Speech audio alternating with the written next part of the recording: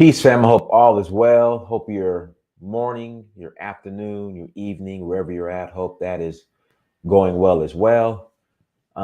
Please do me a favor as you come to the chat room, hit that like button again. Please hit that like button. Also, share, subscribe. Make sure you visit dynastymir.com. Also, make sure you visit Donfo, DANFO dot Africa. Again, Donfo, DANFO dot Africa. We have some exciting tours coming up. We are rolling to Sierra Leone November 20th through December 3rd. Again, November 20th through December 3rd.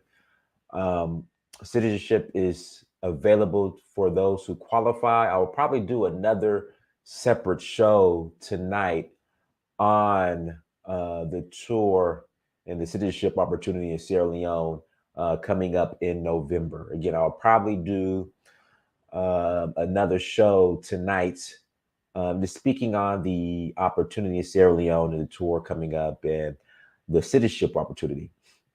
Also, make sure, Nigeria. We are rolling to Nigeria in August 8th through the 17th. Again, August 8th through the 17th. We are rolling to Nigeria. If you're interested in joining us, go to Donfo. That's spelled DANFO dot Africa. Again, Donfo, DANFO dot Africa. We would love to have you.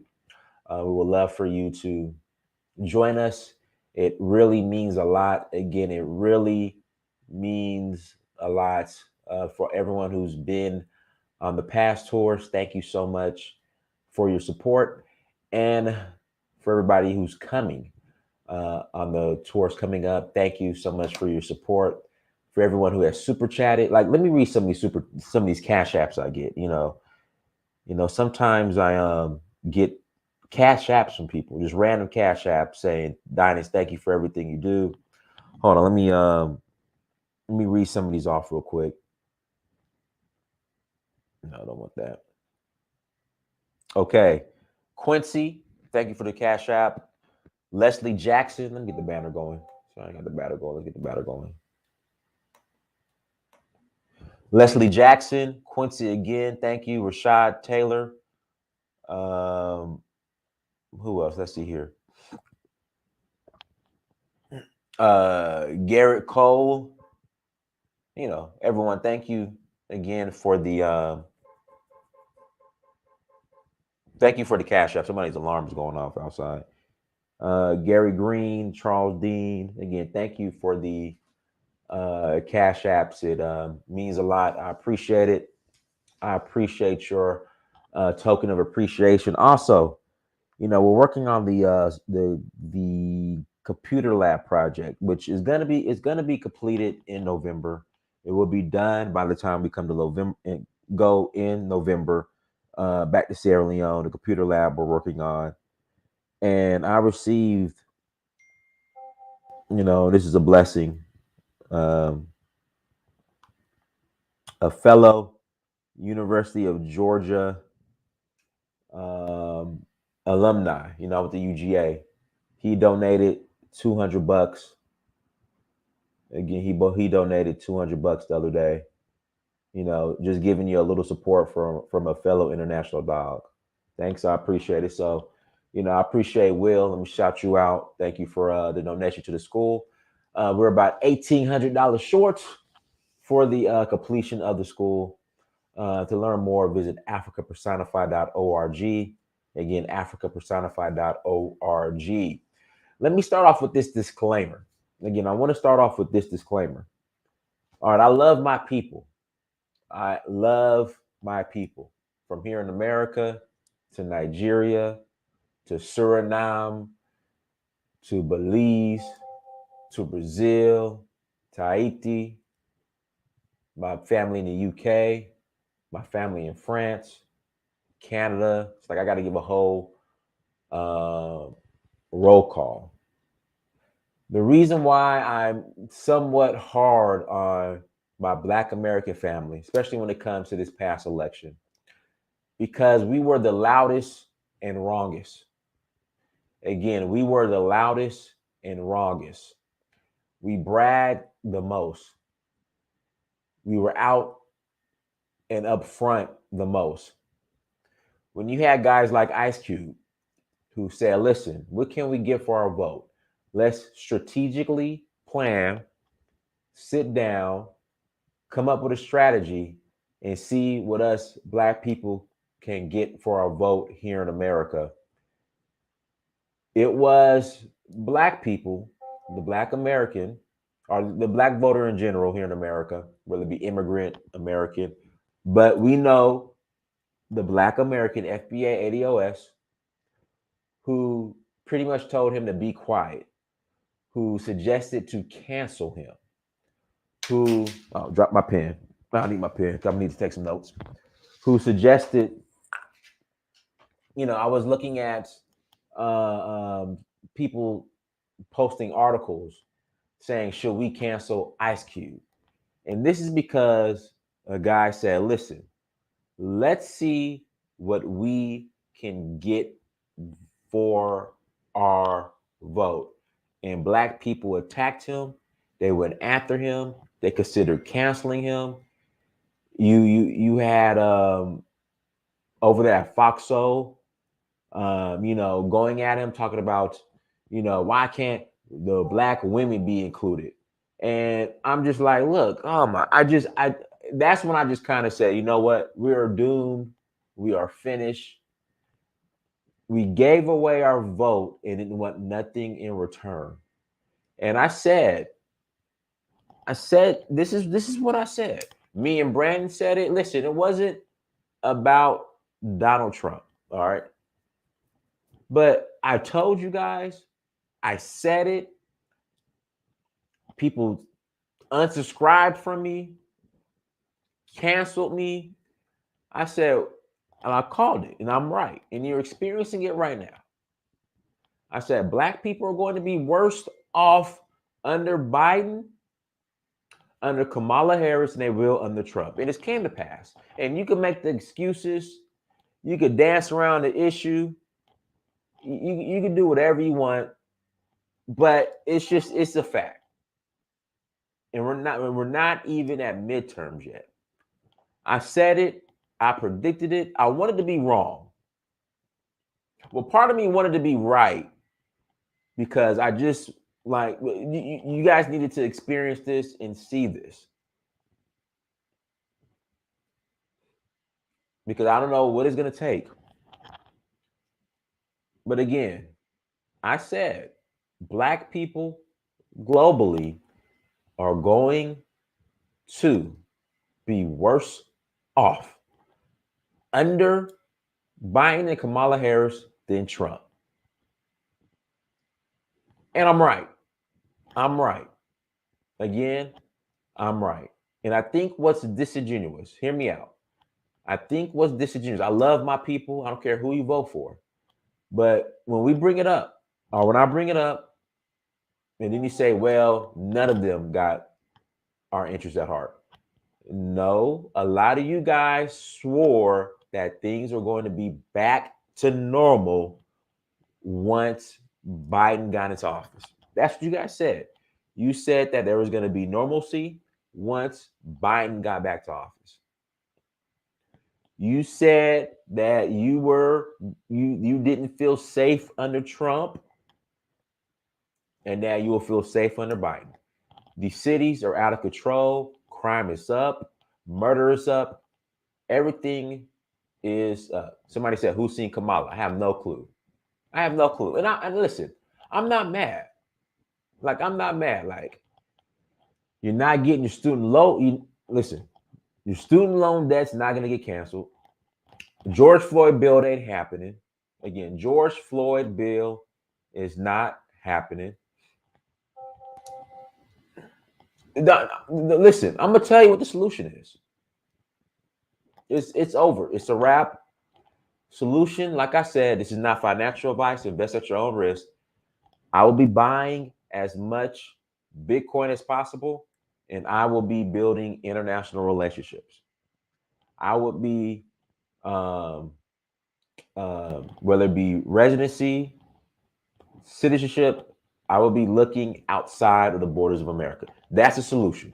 All right. Anything else here in America is just is excuse my language, is intellectual masturbation at this point. That's all it is. It's intellectual masturbation. That's what it is. Because we've proven to be serious about not being serious. We've proven that. We've proven that. Donald Trump came to Atlanta. I don't care what you say about the guy.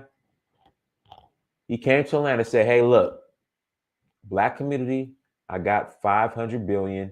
What's up? The black community said, we don't want that. We want Kamala Harris, the girl who's literally laughs. When asked about reparations, she laughed and said she ain't doing nothing specifically for black people. That's what she said. That's what she said. And then Joe Biden, who is just, he's on another planet right now.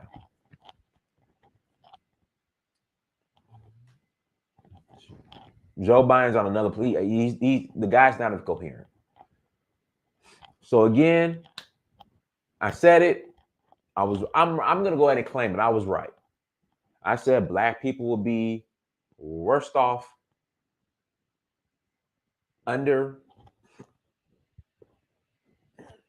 Joe Biden, Kamala Harris, and Donald Trump. And I was right. I was right. I was right. But what I want to talk about today, and again, so when I brought up Donald Trump and said, listen, I am going to vote for Donald Trump.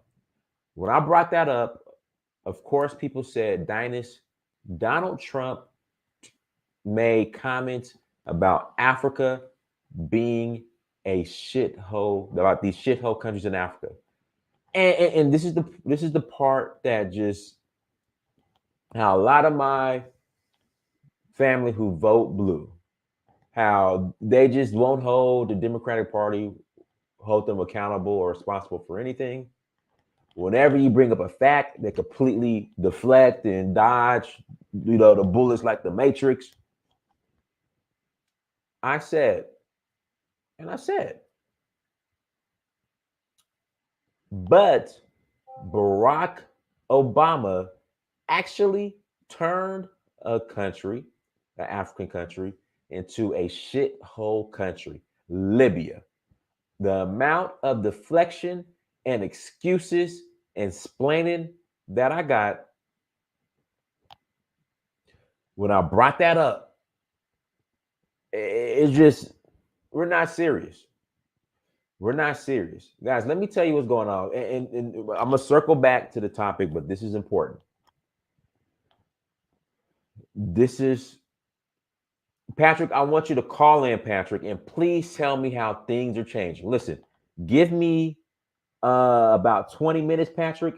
I'm going to put the link in the chat room, and I want you to call in and tell me how things are changing, okay? I'm in Atlanta, the so-called Black Mecca. Crime is out of control. Black people are still crying about the same thing they were crying about since I came here in 2000. We ain't got no housing, regular affordable housing.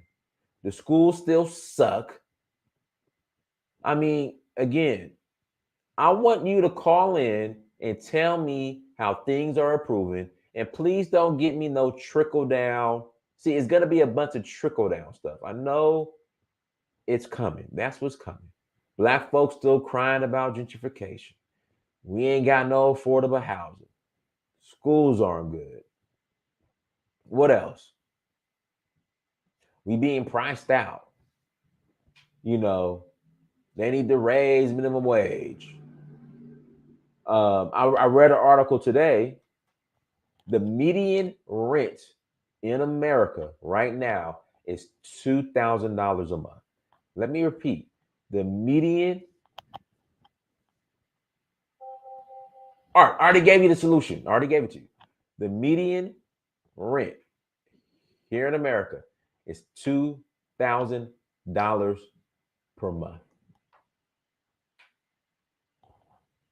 $2,000 per month. Anyways, let me get back to what I was talking about. You're not getting the student loan debt canceled. It's not happening. You ain't getting nothing. But you know what? Oh, that's what you mean. Okay, Patrick, I still want you to call in, Patrick. I still want you to call in.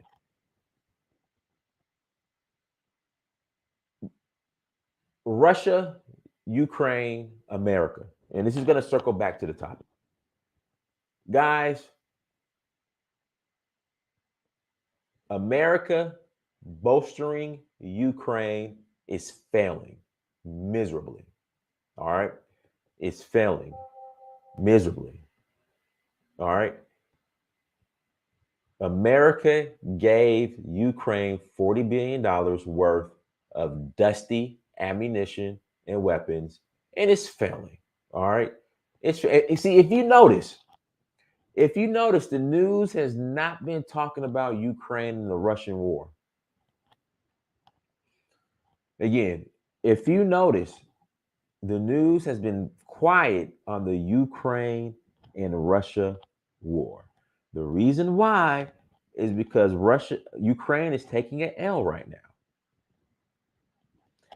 That is why Zelensky is always on TV reaching out and crying for help. Literally, Alan HB said, Biden flushed down $40 billion down the toilet. You know who's winning this war? Raytheon, Lockheed Martin, these weapons manufacturers, and Russia. That's who's winning. Ukraine is taking the L.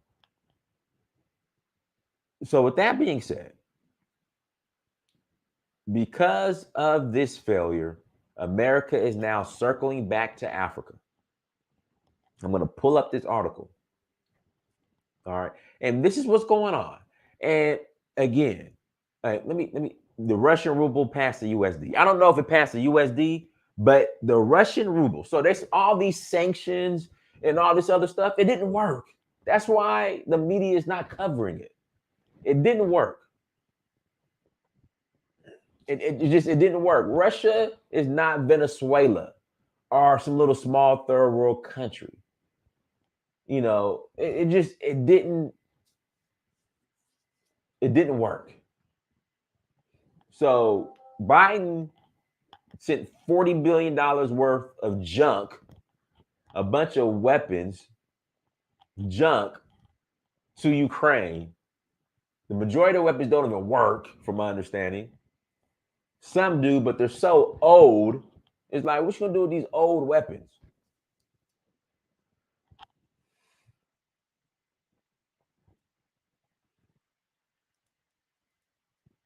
Again, the little proxy war with Ukraine, America lost. It's over.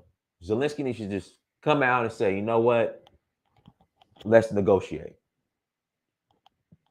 So with that being said, now Biden wants to take this proxy war to Africa. And guess what? They put another black face on it. So Libya was Barack Obama. Now it's this guy named Gregory Meeks. Hold on one second. Let me pull this up. Let me pull this article up. Guys, please do me a favor. Hit the like button. Again, please do me a favor.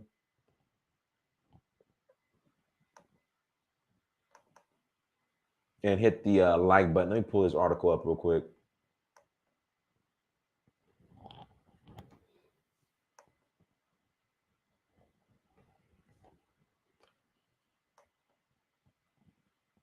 Gregory Meeks. Yeah, Gregory Meeks. That's his name. But hold on.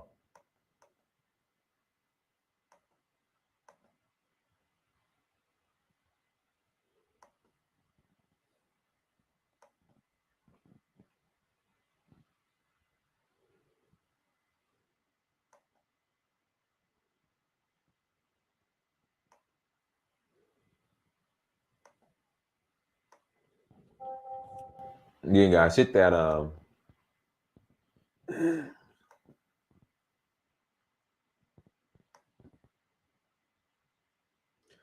right. So the U.S. debates bill to counter malign Russian activities in Africa. Guys, all this is a setup for African countries who are working with Russia for the U.S. to give them for the U.S. to have an excuse to go in and do what the U.S. does. That's all this is. U.S. debates bill to counter malign and Russian activities in Africa. A new law to punish states that back certain Russian actions could have major implications for African countries. A United States bill that would oblige Washington to punish African governments that abet Russian malign. See, malign, very gray. It's just very gray. We know what this means. It's an excuse. Activities on the continent is sailing through Congress. The Countering Malign Russian Activities in Africa Act passed the House of Representatives on 27 April by a huge bipartisan 419 to 9 majority, and is now sure to be passed by the Senate and become law soon. It would direct the U.S. Secretary of State to develop and submit to Congress a strategy and implementation plan outlining the United States' efforts to counter the malign influence and activities of the Russian Federation and its proxies in Africa. The bill broadly defines such malign activities as those that undermine United States objectives and interests.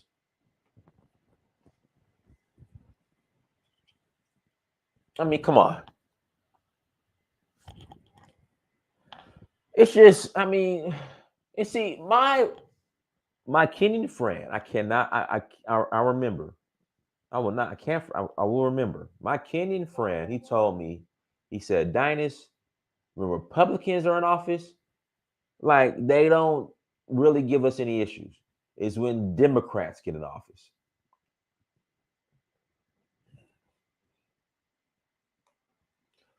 I mean, the interest that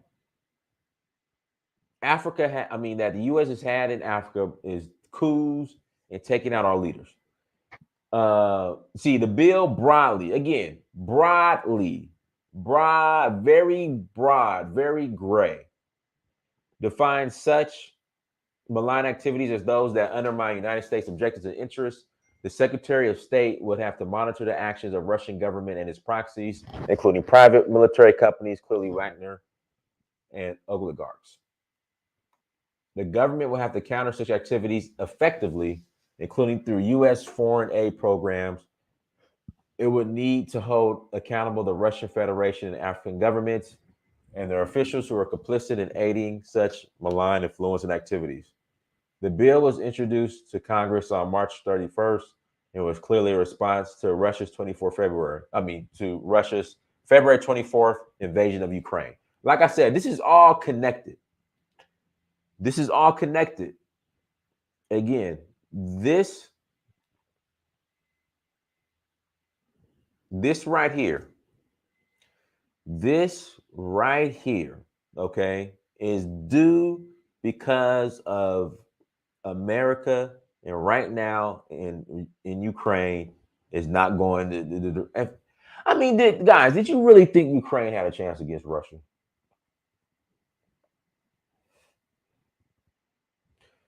Did you really think Ukraine had a chance against Russia? I mean, seriously.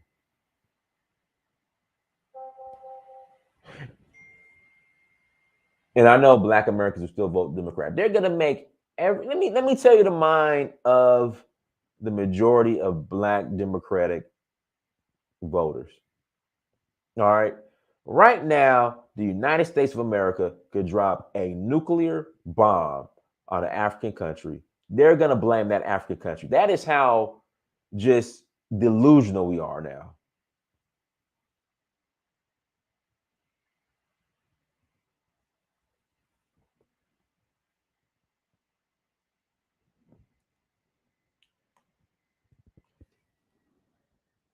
The bill was introduced, it was introduced to Congress on March 31st and was clearly on a response to Russia's 24 February invasion of Ukraine.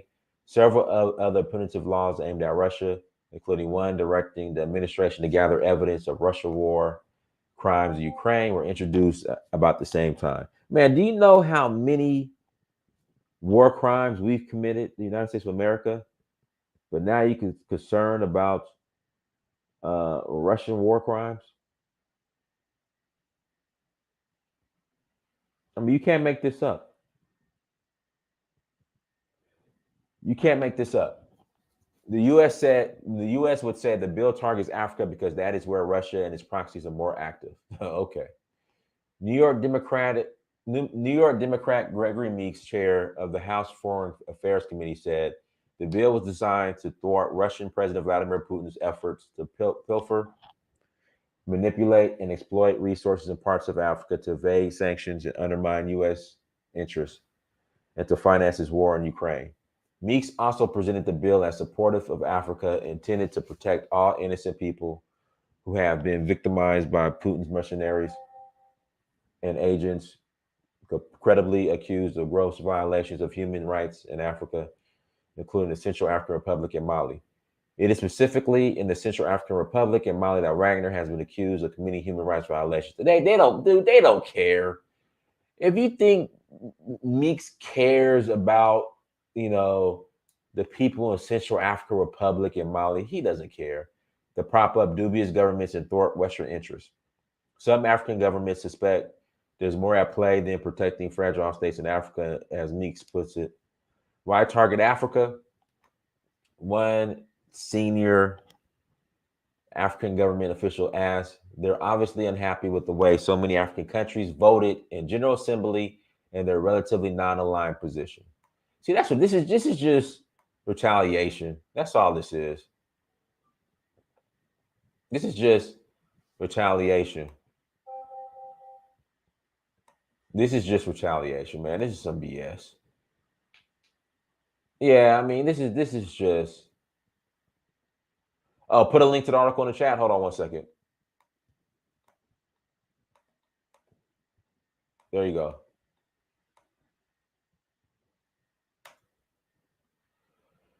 That's the article. But yeah, I mean, guys, it's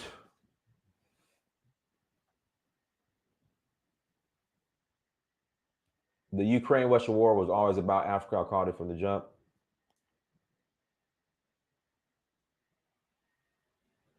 Danish, you know, Russia last year was working in agreement with a few African countries to build nuclear power plants, and the U.S. was talking. Yeah.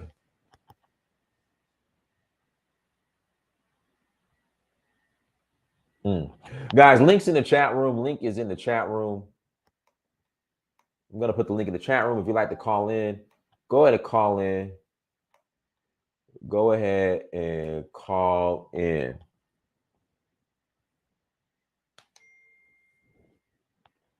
Go ahead and call in. Link is in the chat room. Call in, Brandon. Africa needs to stay neutral. Africa needs to stay neutral.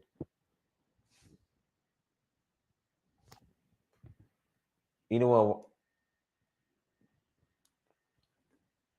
Again, link is in the chat room. Link is in the chat room.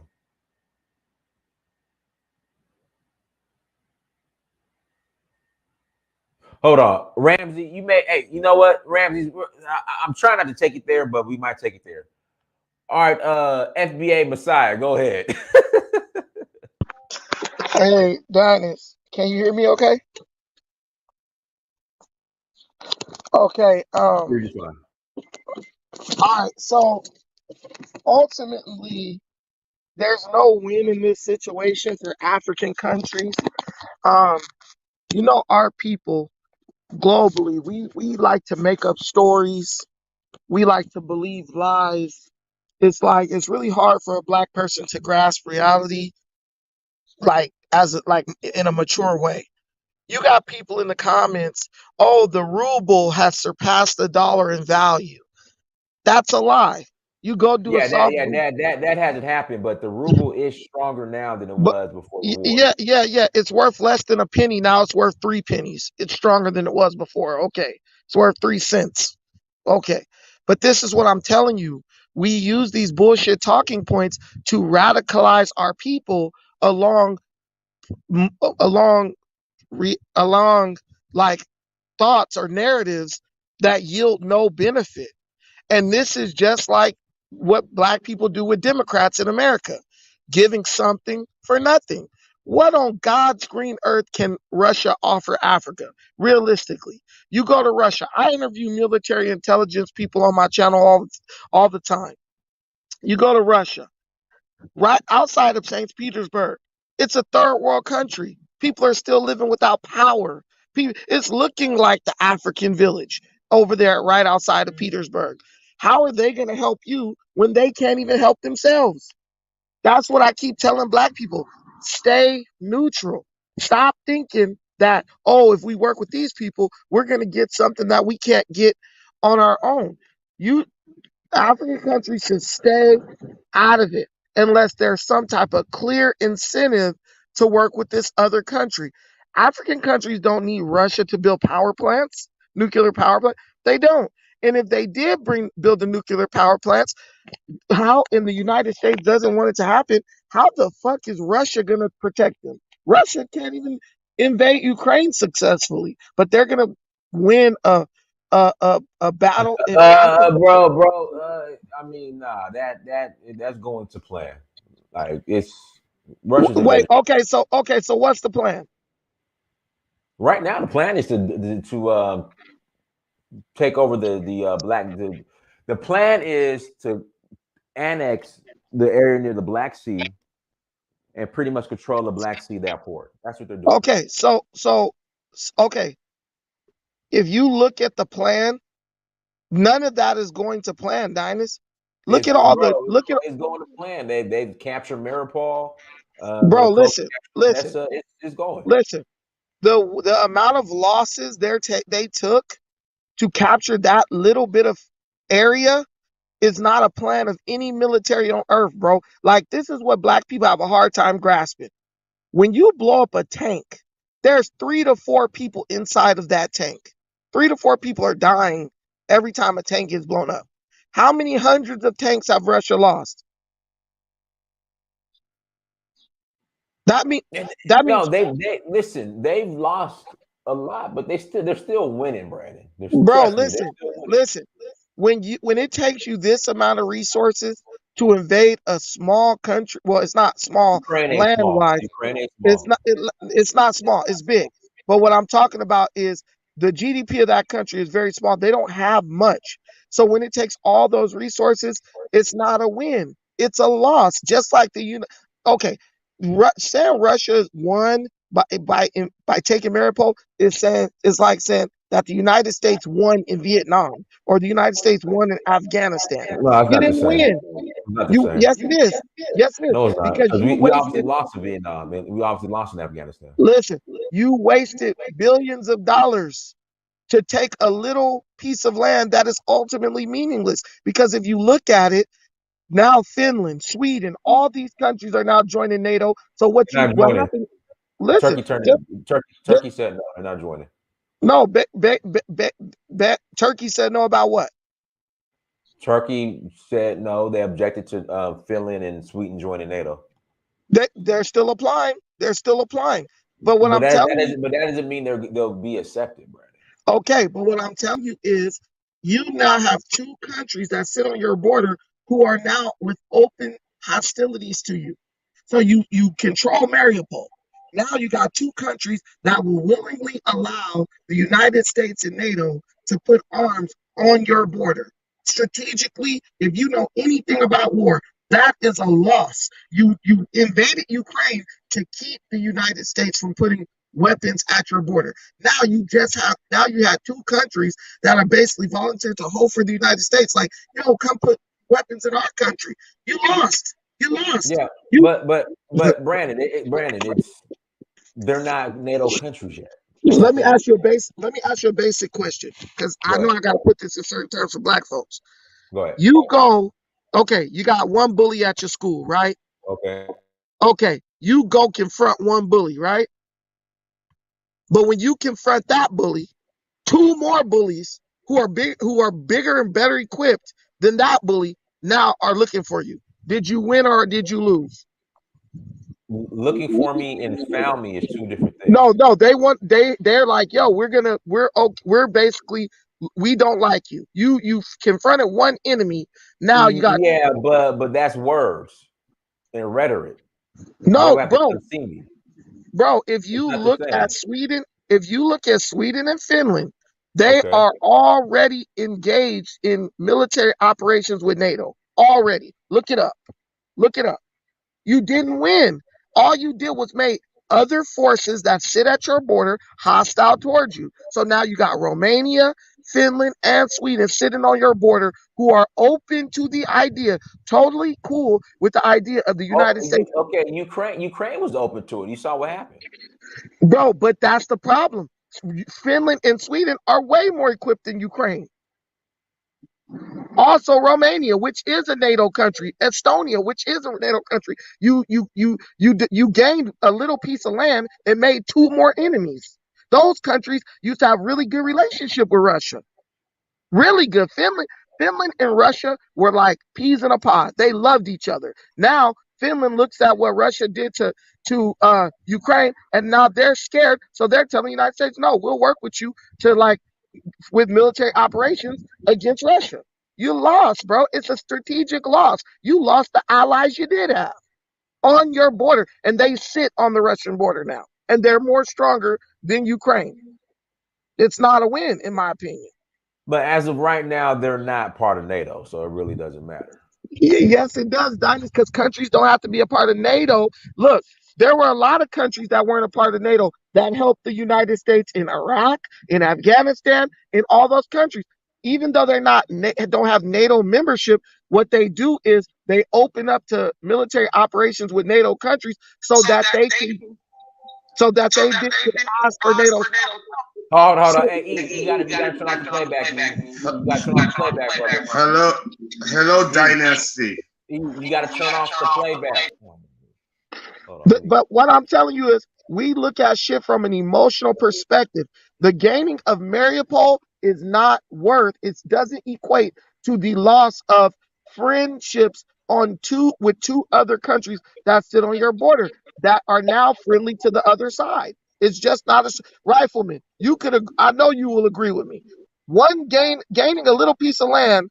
Oh, maybe he doesn't agree with me, but gaining a little piece of land, that's okay. We can disagree. But gaining a little piece of land is not equivalent to now making enemies of two countries you were cool with. Well, it depends on the importance of and the value of what you're gaining. I'll yield to Rifleman. He probably has more knowledge on this. He was in the military. Russia isn't stupid. All right, go ahead, American first about Rifleman. Go ahead. I respect to everybody. I didn't even know who FBA Messiah was. I was like, is that Brandon? Anyway, they're besides gaining access to the Black Sea or taking the port of Mariupol and stuff like that, is you got to remember what's happened for the last 8 or 9 years. Ukraine has been bombing the Donetsk area, and they have the DPR and the LPR, which are the breakaway republics. So they've been getting constantly attacked by Ukraine. So their main issue, Russia's main plan was to stop that and protect the ethnic Russians, and then punish Ukraine by taking away their Black Sea ports. And that looks like it's going to plan. Now, you have to remember, Ukraine and Russia lie a lot about their losses. We don't know the extent of Russian losses yet, because you have to understand a lot of these open source intelligence places on like Twitter and all that. Some of them are funded by, by NATO or other that. So they tell a lot of lies and propaganda. But the thing about it is, the proof is in the pudding. Ukraine has yielded a lot of territory. So it's really like, it may not be going according to every single plan, but the thing about it, Ukraine is losing. They're the losers in this right now, and all the military assistance that they were getting initially. The initial tranche was the anti-tank weapons and the vehicles and things like that, kind of small weapons. From my understanding, not to cut you off, America's been sending them like dusty weapons from like the late 80s, early 90s, and yeah, go ahead. They've been sending a lot of first generation Stinger missiles, because that's the thing about it, is like everybody initially thought if they would give them NLAW rockets from like I think that's from like Sweden, and javelins. But a lot, like you said, a lot of these were the first or second generation from way back in the day when right after they were developed, and they're figuring out some good amount of these. Not all of them are like defective or they're old. Like an example, I put in the chat that the javelins, which are great anti-tank weapons, they were giving them faulty units where you need these batteries that go into the mechanism, and the batteries weren't working. Yeah. So now they've resorted to giving them heavy artillery. So all that other weapons and stuff they gave them like 2 or 3 months ago, it hasn't really worked in getting more Russian losses. So now they're giving them heavy artillery and all that stuff, and Russia has been finding those and been blowing them up as soon as they got on the battlefield. So Russia's plan hasn't gone exactly to plan, but they've gained the upper hand, and they're getting all these areas. And plus, politically, with like Hungary and all these other places, they're getting a lot of support where people aren't trying to knock off the Russian oil exports and all that. So it's more like still Russia's winning. You do have a good point about African countries. They should be more neutral, but a lot of countries now are depending on Russia for more helping them with their security issues, like I think Mali or something, instead of like maybe other ambitious endeavors and stuff like building power plants and all that stuff. Okay, let me say this real quick. So Finland, so Dynas, you're wrong. Turkey did not block Sweden and Finland from joining NATO. Actually, Turkey supports them joining NATO. The only problem is Turkey has a problem with Finland supporting Kurdistan rebels against Turkey. So what Finland has asked for as of 20 hours ago is a concrete steps towards look. Turkey demands concrete steps to allow Finland and Sweden NATO membership. So basically, Turkey wants to guarantee that Finland will not support these Kurdistan rebels against Turkey. That's it. Like I said before, and I got a lot of common sense over emotion. You could talk about weapons and Russia's doing this. You do not win militaristically by losing friendlies just to gain one little piece of territory. Because now NATO. America's first rifleman, but did you serve in the military? Yes, I did. Okay, since you served in the military, strategically, if Finland and Sweden was to join NATO, how does that impact Russia? Since you're in the military, all right, now here we go. Is gaining access or control of the Black Sea worth losing Finland and Sweden as allies or whatnot? Well, they were really never allies in the first place to Russia. They were just more or less, they tolerated each other, because you have to remember Finland's history with Russia back in like the early 40s and stuff. So they've never liked Russia, and Russia's always kind of had designs to take that, I guess, or they wanted that Finland area because they've always kind of considered it theirs. But the thing about it is them joining NATO obviously doesn't benefit Russia. It's really just a deterrent so Russia doesn't take that over, because me personally, like, they've had enough trouble pacifying Ukraine or trying to make it neutral to where people are like, oh, they're going to try to get Poland, they're going to try to get Finland, they're going to try to get all these other places. They don't have the capabilities to do all that. So like Finland and Sweden joining NATO doesn't really do anything. It just more cements an anti-Russian position. That further surrounds Russia with NATO countries, and that's already surrounded. No, what I'm saying is, wasn't Ukraine trying to join NATO, right? Wasn't that what Russia was trying to prevent? Now you went into Ukraine and stopped that. Now 2 other countries at your border have joined NATO. So it's kind of like it's like you're stopping up holes, but then another hole takes place. Also, when you talk about control of the Black Sea, bro, Russia's Navy ain't even capable of controlling any sea anywhere on Earth. So it's about capabilities, not just these empty ass talking points, these cheerleading talking points. Oh, they gain control of the Black Sea. Do you think the UK, the United States, any of those countries are going to be like, yo, Russia controls that? They punk Russia on the water. Russia has historically always got punked on the water. That is true. I mean, you're right on that point. They don't care about Russia getting access to the Black Sea. they'll put a fucking blockade right there and be like, y'all can't do shit. Well, they haven't done it. They haven't done it because they're worried about it escalating. Because you got to remember, the U.S. is bending over backwards trying to say we're not going to use our Navy, Air Force, or any military to directly engage Russia. So they're trying to. Go ahead. Which they're already using underwater drones, blowing up Russian ships and everything like that. Ukraine doesn't have those type of naval capabilities. That's the United States and U.S. Let me tell you something. When the United States goes through the Black Sea, they tell people, "Look, yo, we're bringing a sub or a ship through the Black Sea." Everybody stops whatever the fuck they're doing to make way for the United States to bring a ship or ships or whatever through the Black Sea. When the UK moves through the Black Sea, everybody stops what the fuck they're doing to let them get through uninhibited. When Russia wants to move a ship through the Black Sea, you know what people do? They'd say, "We don't give a shit. Figure it out on your own. We're doing what we're doing." You gotta have naval power to control a sea, bro. You can't just be like, "Yo, now I control it." This ain't Monopoly. You gotta have ability. Okay, maybe control isn't the right word, but they still have access and they're still having naval patrols. They obviously, it's contested in a way, but the Ukrainian Navy is done. Like, they've captured and blown up all their ships, even though the Muscovas got blown to Kingdom Come, and they've been giving Russia fits in the Black Sea. But the fact remains, Ukraine is pretty much worthless, and the only way to fully stop Russia in the Black Sea is to deploy the UK and the US navies to stop them, and they're not going to do that. At least as of right now. These people in the comments, oh, the NATO's afraid to attack Russia.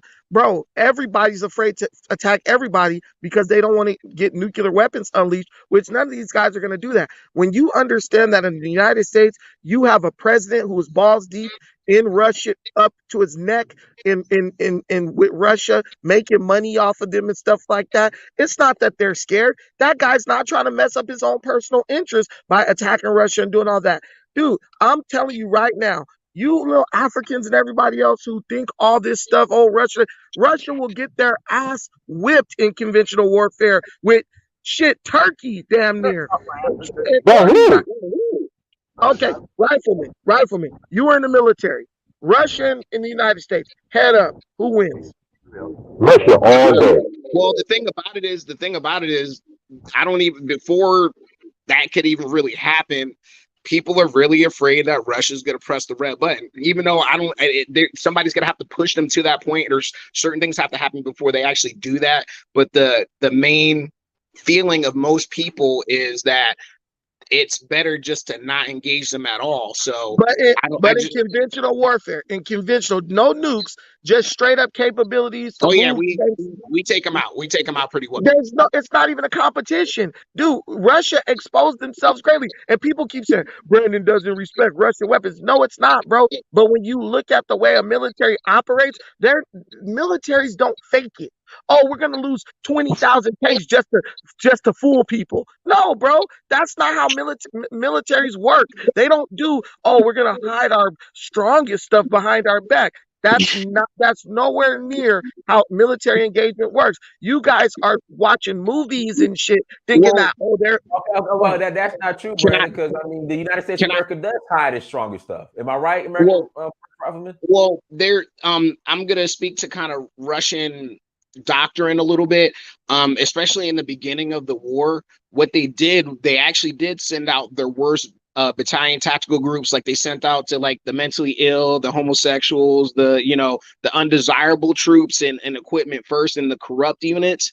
They sent them out to be kind of cannon fodder, and then as the war has gone on, they've deployed better and better forces, and it's pretty much worked. But they held back like certain things, like their like Terminator BMP or whatever, where it has like 4 anti-tank like weapons and like double like 30 caliber machine guns. Like, they've held some of that back in their T-90s, but now they're starting to deploy those. Do you guys realize that the fact that they had to deploy that to beat Ukraine is a major indicator of their lack of operational capabilities with outside of 100 miles from their border, 200 miles from their border? I mean, they're definitely lacking. There ain't no mistake about that, but they've still had a modicum of success though. No, they've had success, but what I'm telling you is the price for success in any military, if you go to any military leader on earth and say, do you think the cost justified the losses, justified the gains? There's no way in hell that justified that. Dude, they lost all types of generals. All that. Who it's going to take decades to replace those people. Russia, like they say, they don't have the NCOs, the non-commissioned officers, the people who There, could there, just there, step that, up. there's no facts behind how many generals they lost. Yeah. Yeah, Listen, there's been a few generals that they've said that Ukraine's like, well, we killed him, and then like they're having press briefings with like Putin and stuff. So we don't really know because they're up Yeah, to like Brandon, 9 that's or not 10. true. So I don't really know. Like, it's hard for me to even like maybe they've gotten 2 or 3, but 10, 9 or I'll 10. research it, but I know they've lost some. And when you don't have an NCO corps of non-commissioned officers, one general is a major loss because the soldiers are not trained in a way to where they could just pick up the mantle and keep going. These things are glaring, dude. Why is a general even on the battlefield in this minor engagement? How many U.S. generals do you think were really on the ground in Afghanistan during the invading process? Probably none. Probably a few, but they were safe, right? They didn't get like killed, but they've lost several. I'm not going to say they lost zero, but they've lost several, and they're not easily replaced due to the way this Russian chain of command is set up. I'm just telling you, You're right about that. ultimately, You're ultimately, right it's about none that. of our business. But what I'm telling you is, stop with these pipe dream fairy tale movie points of view, bro. Like Africa ain't winning no matter who wins. Well, Hey, can I say one thing? You will well, smoke well, good bud. If you have a problem, get on the panel. Stop talking in the comment section. That's all I'm gonna say.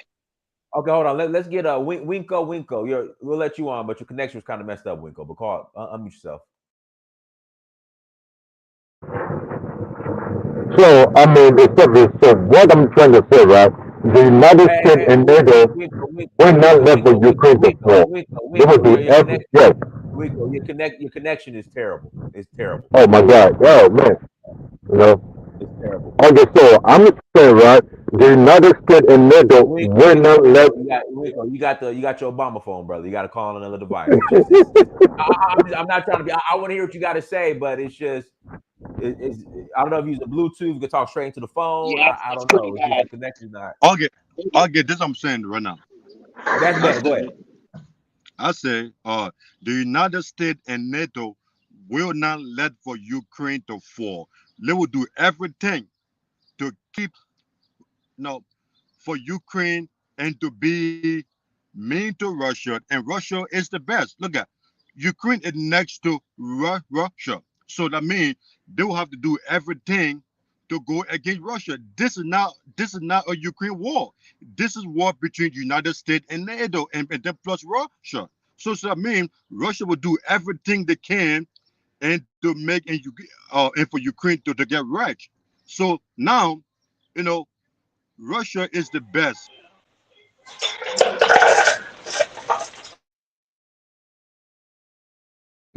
I don't get what Russia is the best at.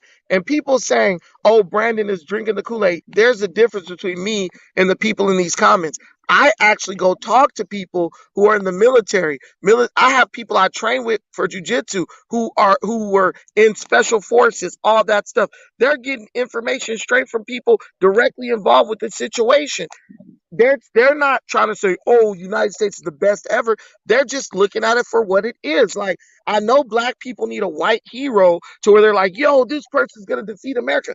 It's not, this is not a defeat of America because everything is tied into America because it's like a financial thing more than a militaristic thing. America is using Ukraine in somewhat of a proxy war, but the strength that Russia has, there's no excuse for this taking this long for them to get this done. They should have been in Ukraine with a stronghold on those cities within like 2 weeks. It's been months now, bro. You've given up too many resources for this to be a win. And then you gain and now you got two more countries that are most likely going to be accepted into NATO on your border.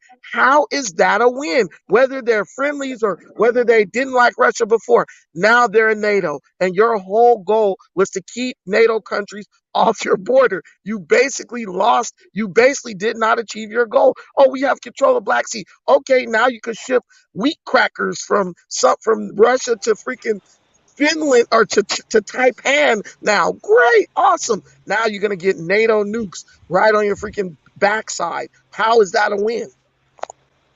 This is what I gotta say. Hey, what's up, Brandon? What's up, Rifleman? This is Brandon Dynast. This is what I gotta say. This has been brewing for decades. Okay, this is not something that just happened overnight. Okay, this conflict is it started even in the '70s when Hey, Tyler, are you on Bluetooth or can you talk directly into your phone? Or what are you doing? I'm on. Hold on, I'm on Bluetooth. Let me see if I can sit in my car and see if I'm outside. See if I can sit it better. Yeah, it sounds like a lot of wind or rain or something. I don't know. Okay, I'm in my car. Can you hear me now clearly? Hey, that's a whole lot better. Go ahead. Okay. Now the question was, what does Africa gain by getting with Russia? Right. I do think Africa doing what it's doing is actually being neutral. Okay, because Africa has pegged this future to the West like 100%. Okay. Now what's happening in Africa is this: we're seeing French aggression in Mali, Burkina Faso, Ivory Coast, and all stuff like this. And Central African Republic just completely disintegrated. Russia has been in Central African Republic for like 2 years now, training the army. Okay, so Putin is taking a different approach to Africa. He said, look, Africa, you guys got to build your continent up. You spend all your money in Europe, right? You worship white people. And so therefore, I don't think, to Brandon's point, Africa's going to gain it. Africans aren't stupid. Well, what they're saying is, right, Russia's ideology of what it's trying to do, same thing with China, right, is giving Africa options. Okay? The West and Africa, I don't know what the West has this thing where they don't take Africans seriously. They don't see Africans as equal. You do what I say, whatever Western policy is. If it's the LGBTQ, Africa has to follow it, right? If it's climate change, Africa has to walk lockstep. Whatever the West does, whether it's supporting Israel outright, the African countries, okay, we're going to vote for this. What Russia does is give Africans a chance to basically breathe a little bit. Okay, we got this other guy, he's China. It's not just Russia, it's China. It's a few other countries. It's Iran. It's North Korea. It's all these other countries that basically don't see eye to eye with the West. My thing is, we're acting like Russia's doing that shit for free. African countries are not stupid, Brandon. They're not stupid. They know. Hold on. Listen. African countries are paying for that shit. When someone comes to train you, that's not like, yo, we feel sorry for you. Let's give you charity. Let's train you. From what I'm saying, what I'm seeing is, when Russia comes over and trains and whatnot, of course they're going to gain something. They're in Central African Republic, so of course they're going to gain something out of it. Africa's not stupid. Let me put this into context real quick. Let me put this into context. The United Hold on. I want to hear the military man. Like, we got a guy in the military. Like, go ahead. The reason why Russia has started to train more African countries is to respond in response to American sanctions against military coups that have happened in West Africa, like I think Burkina Faso and like Mali and stuff like that, because they used to be trained by American special forces for many years. But once the military juntas kind of did their thing, which they've done them before, so I don't know why America's like mad, then they wanted to make the African countries pay. So, and obviously a lot of the populace in those countries are like protesting and burning shit up because they want more security against terrorism. So they went with Russian military, like the Wagner Group and all that. Let me put this in. There's creeping suspicion in the Sahel region that the French and the U.S. are behind Boko Haram, Al-Shabaab, and all these other things. That's what Mali's saying. That's what Guinea's saying. That's what all they said. The United States is actually either not indirectly or directly propping these people up, these insurgents up. And so they're basically saying, so what do we gain? We got instability. Guinea says now any French company, any company that wants to do bauxite, you're going to process bauxite to finished product of aluminum, and we're gonna get a cut of it. You're not gonna take raw bauxite out of our country anymore. And Russia's saying, yo, we see a change here. Nigeria has uranium. Russia wants to get his hand on that. So what Man, I'm saying is, what I'm African saying, countries, what I'm saying is, Brandon, is that African countries, right, for a long time have been thinking about this. Is not just something that just popped up out of nowhere. We don't give them African countries enough credit. They've been looking at this situation with the West for a long time, and now with what you see now with Biden in office and everything, and the crime. They don't. People don't see America the way they did. I would say about even 20 years ago. They got these Carla, brick countries. Let me Remember say this. something? Let me say this real quick. Look at what China is doing. China is just sitting back, waiting for the results so they could play both sides. That's exactly what African countries need to do. Why No, are that's what Africa. Oh, that's what. Oh, that's Brandon. That's exactly what they are doing. That's Because not what remember, they Brandon, listen, that's exactly hold on, what they're doing. Because you know why? hold Because on, before hold on.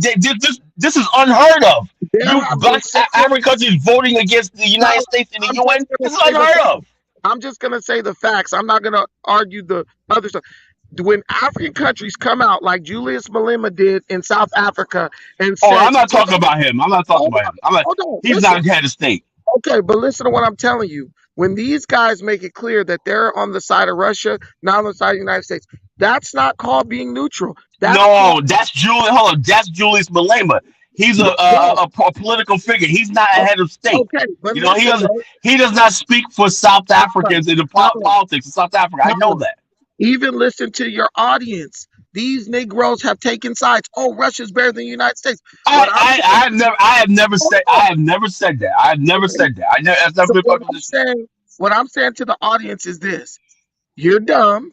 You think that picking, oh, Russia has this, Russia has that. You're a perpetual loser, no matter which white man wins. I Since check. the I time, never looked at Brandon. You have to understand. I never said that. not All you, I'm not saying. you. All I'm saying is this. Like, 'cause I looked at Liberia, right? I looked at Liberia. But wait, Liberia almost had Tyler, Germany, let me the make United my States, point. going to Let war me against make each my other. point. Let me make my point, bro. What I'm talking to is these black people talking about Russia's better for Africa and all this stuff. You know what's No, better for Africa? To be neutral and just work with both sides. This is what China's right? doing. Exactly. This is I what think that's what they're Switzerland trying is to do. doing. That's the best path, which means do something black people have never done in life. It's called Brandon. Brandon, have you ever heard of Tyler, what's stop called the interrupting non? me. Tyler, Uh, I can finish uh, quicker if you stop interrupting me. Black people okay. to do something we never that is unprecedented. Shut the hell up. Stop talking out the side of your ass. Let it play out for what it is, and then you see how you could profit off of working with both sides. We don't want to Exactly. do that. We hate the United Exactly. States so much. We want to try to Chase, rescue this. Just nigga, just shut up. Go back to Mozambique or wherever you from and sit and wait. Do what the Chinese are doing. They're not saying nothing.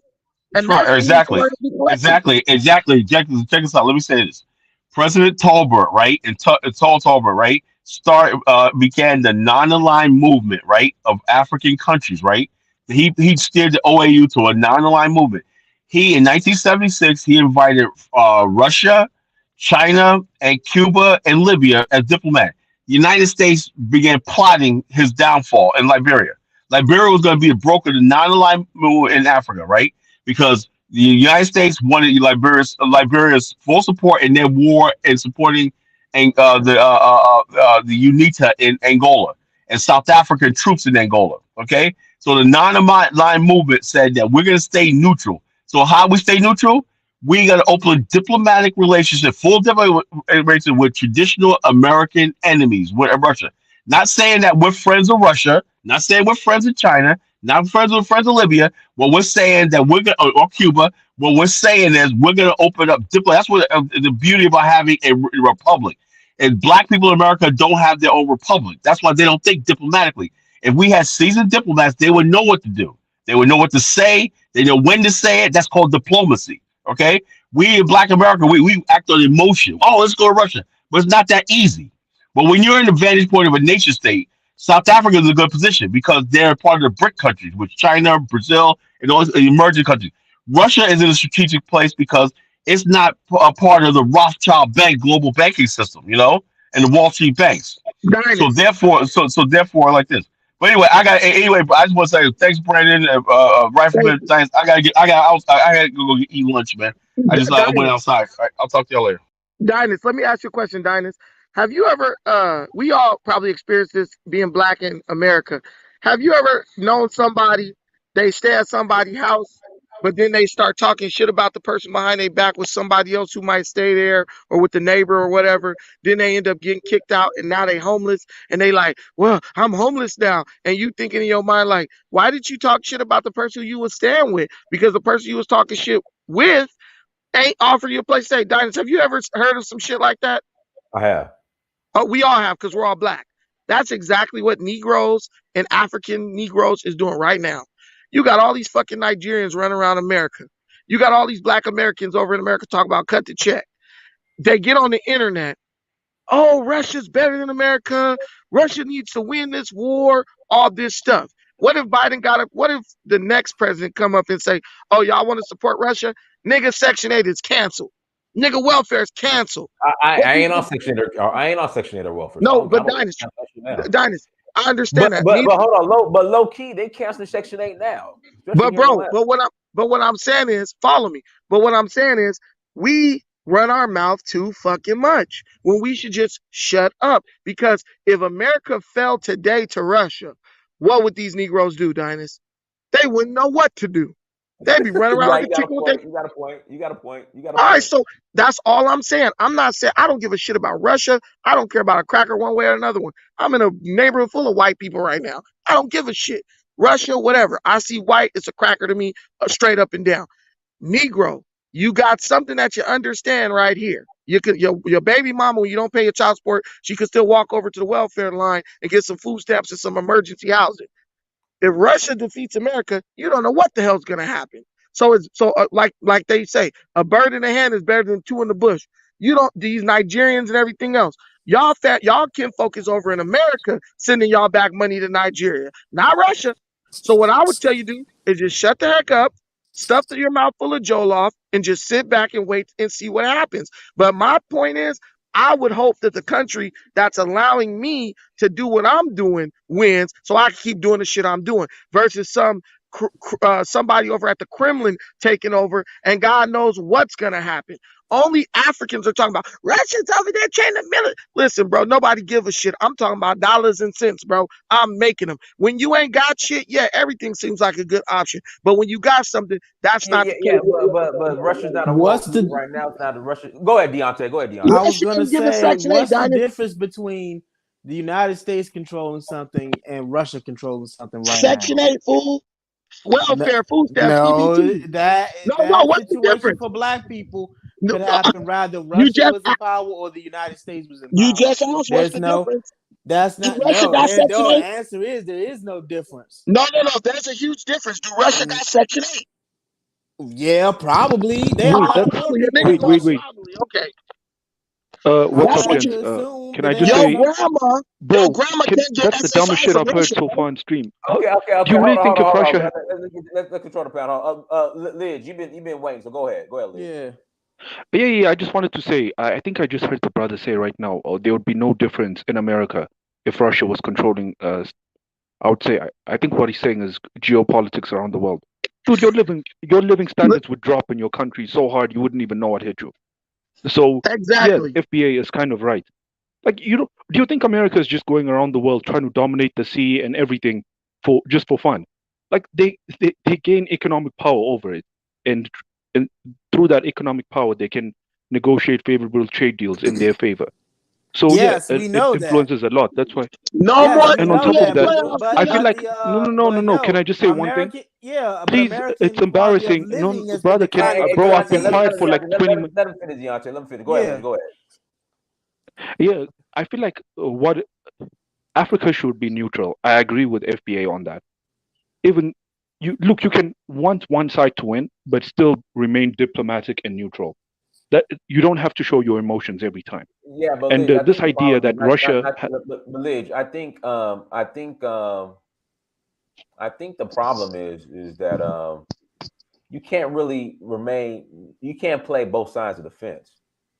That's how Why America not? is with Russia and But you Ukraine. no, I mean, you with Russia Dinus, and the Why U.S. not?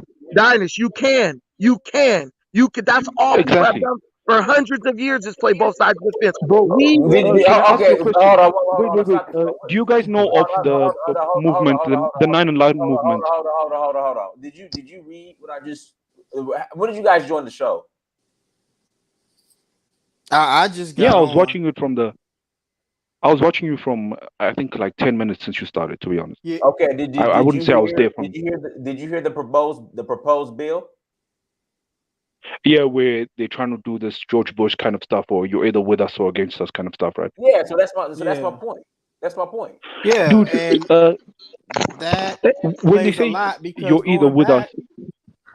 And all Okay, you go got to ahead. do is say, look, we're going to remain neutral. It's not in our best interest to take sides, and exactly. that's it. And Can that's I? what they All you have to should Wait, say. wait, do. wait. FBA, can I But just give you an example? Historically, during the Cold War, there used to be, I think, around 20 something countries that were non-aligned. America used to have that same policy of you're either with us or against us. One of those countries was India. They chose to not choose any side.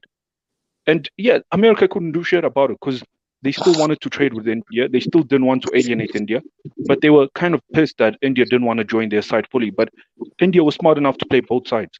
If African countries Liz, can come together, they can play both sides.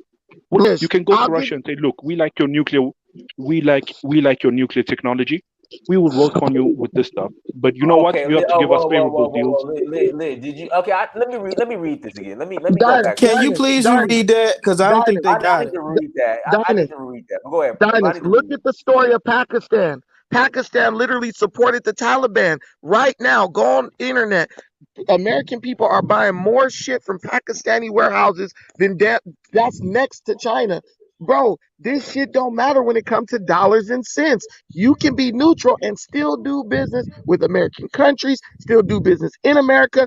It doesn't stop anything. You're just saying, I'm not about to be a target because America's starting stuff. There have been dozens of countries who have done that, even in recent years. You don't have to pick a side. They're just saying it would be nice if you picked a side, but you don't have to pick a side, bro. No, America. yeah. Let me read this real quick. Can I don't you think you reread guys it for him, comprehend what man? you're Just saying. reread it for I'm him, about to man. pull it up.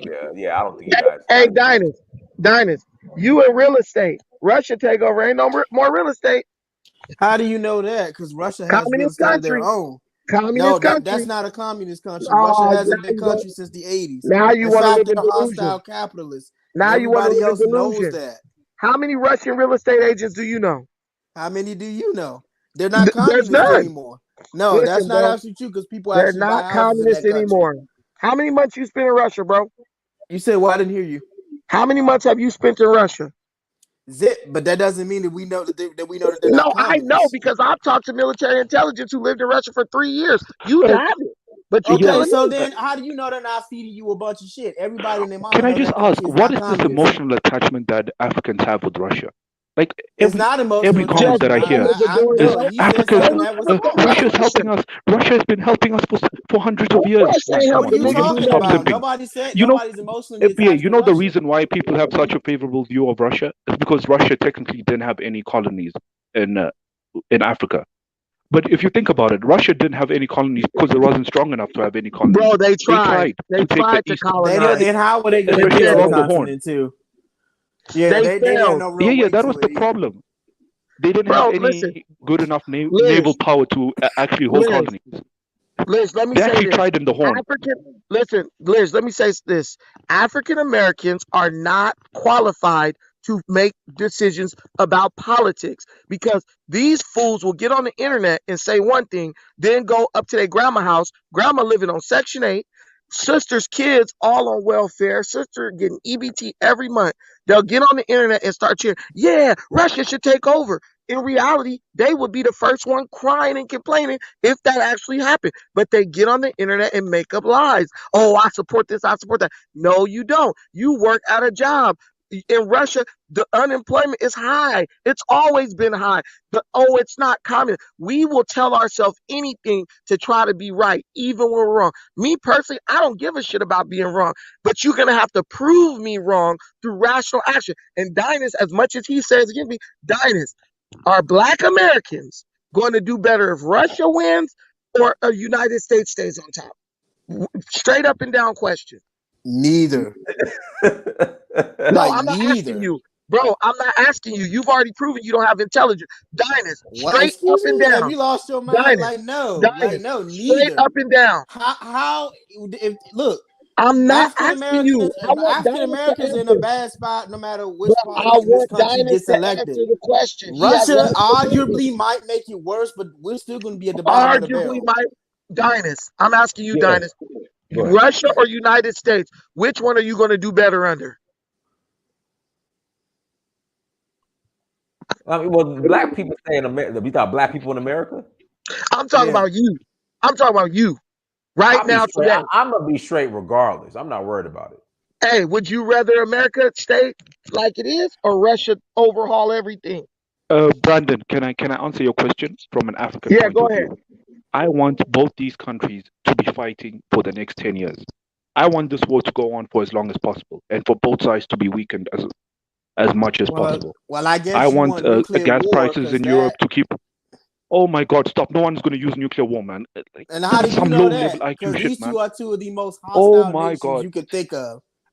Because if Bro, they can we decide please to do raise the anything, standard of this conversation? yeah, we Just can by getting slightly. rid of you, because you're making a prediction that you can't even prove it's going to happen or not. If America Yeah, bro. decided to use Yes, they're going to use nuclear tactical nuke weapons. today or tomorrow, like how would that change your whole perspective on that?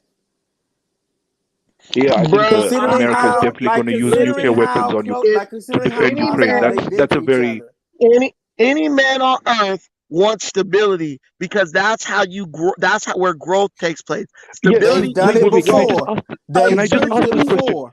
Wait. They've Where have used they? them You before. mean the first nuclear bomb that was dropped on Japan? You realize how much of an important geostrategic location Japan is compared to and they still Ukraine. You really think that? You think America is going to? Because there was only one country with a nuke back then. You fool, man! There was only one country with a nuke back then. They bombed an African American man in Philly for just for talking about fucking love and peace. I don't think that we're gonna hesitate on fucking Russia. Listen. And considering how both sides are saying they'll do whatever it takes within the longer that war goes on, the higher the chance it gets. Hey, I wouldn't want bro. that war to go on Please very stop, long. man. Considering that we have people who are that crazy in power. Putin is a maniac. Putin is a fucking maniac. Biden is fucking senile. Black really want these two kinds we heard of people bro, on the nuclear fucking arms? Listen, bro. Hey, black people and Africans are the 1 and 2 top complainers about corruption and the government this and the government that and the government this. This is what we know for a fact about Russia. Russia has been ruled by one guy for over 20 years. That's a dictatorship. There's no democracy. No, oh, I feel bad. When people protest against the war in Russia, he threw thousands of people in jail, bro. You know what that means? No more Black Lives Matter protests, nigga. No more. Hold on, I'm not done. Bro, I'm not done. I'm not done. Like Nigeria. Brother, Control yourself. Where they do Control that. yourself. You just control yourself. Can you let no more the rest George of us Floyd? speak? Listen, Brandon, please go. No more. Listen, no more George Floyd. I want to burn everything down. You're going to jail or you're going to get shot. The behavior of Black Americans, the behavior of Africans, it is something that is not, that type of behavior is not tolerated by Russia. So when people say, I don't know how it's going to be, that's someone just being intellectually dishonest, bro. Russia don't got no SSI system, none of that. They don't have that in their own country. So if they take over, you think that they're going to say, let's just keep all this shit in place? No, because Russia is an excessively corrupt country where oligarchs steal all the money. You even learned about the tanks and everything else, cardboard inside of the armor where it's supposed to be steel inside of there. It is a fact. Even Russian government made reports about their corruption and said that it was just totally out of control. Stuff falling apart that's supposed to be working for the military because people are stealing money. If you think America's corrupt, just imagine Russia. Then they take over the American system. We sitting up complaining about Biden's son getting millions from China and shit, and that's a problem. We're sitting up complaining about Trump's not giving his tax returns. So this is what we're saying.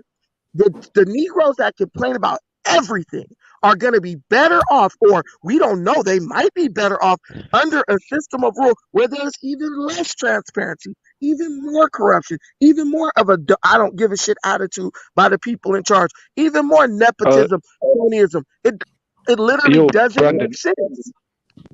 Yeah, Dynast. There's a guy in the private hold chat on. begging to come on. Well, hold on, guys. Hit that like button again. Please hit the like button. Liz, you go ahead. Then I'm gonna pass you the black line. But go ahead, Liz. Yeah, Dynast. Just a quick note. There's a guy in the private chat. I think it's Yaid.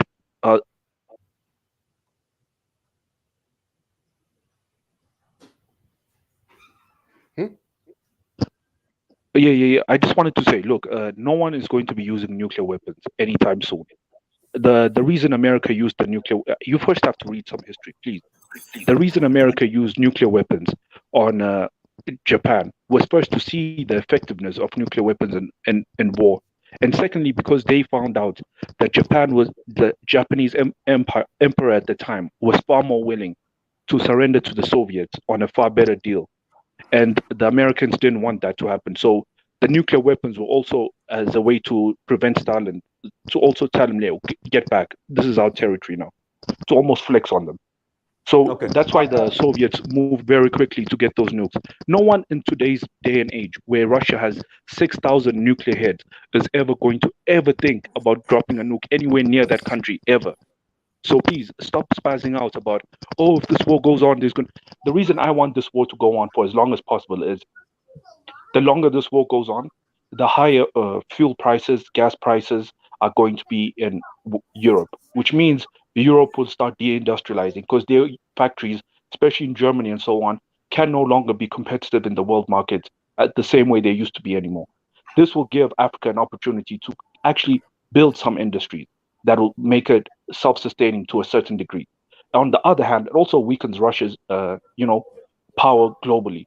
So it's a good thing for all of us, man. Let's not act like we shouldn't take sides. We should just urge both sides to keep fighting. Be that as it may, at the beginning, can I just say one thing? Every country is cynical in their geopolitics. We should also be cynical. Right. Okay. Yead, unmute yourself. Hello, Dynast, Amir. How are you doing today? Good. Go ahead. Oh, that was it. Yeah. No, my bad, Black Lion. He's been waiting. I'll pass it. No. That's fine. Go ahead. Let him go. I'll go after him. It's fine. All right, brilliant.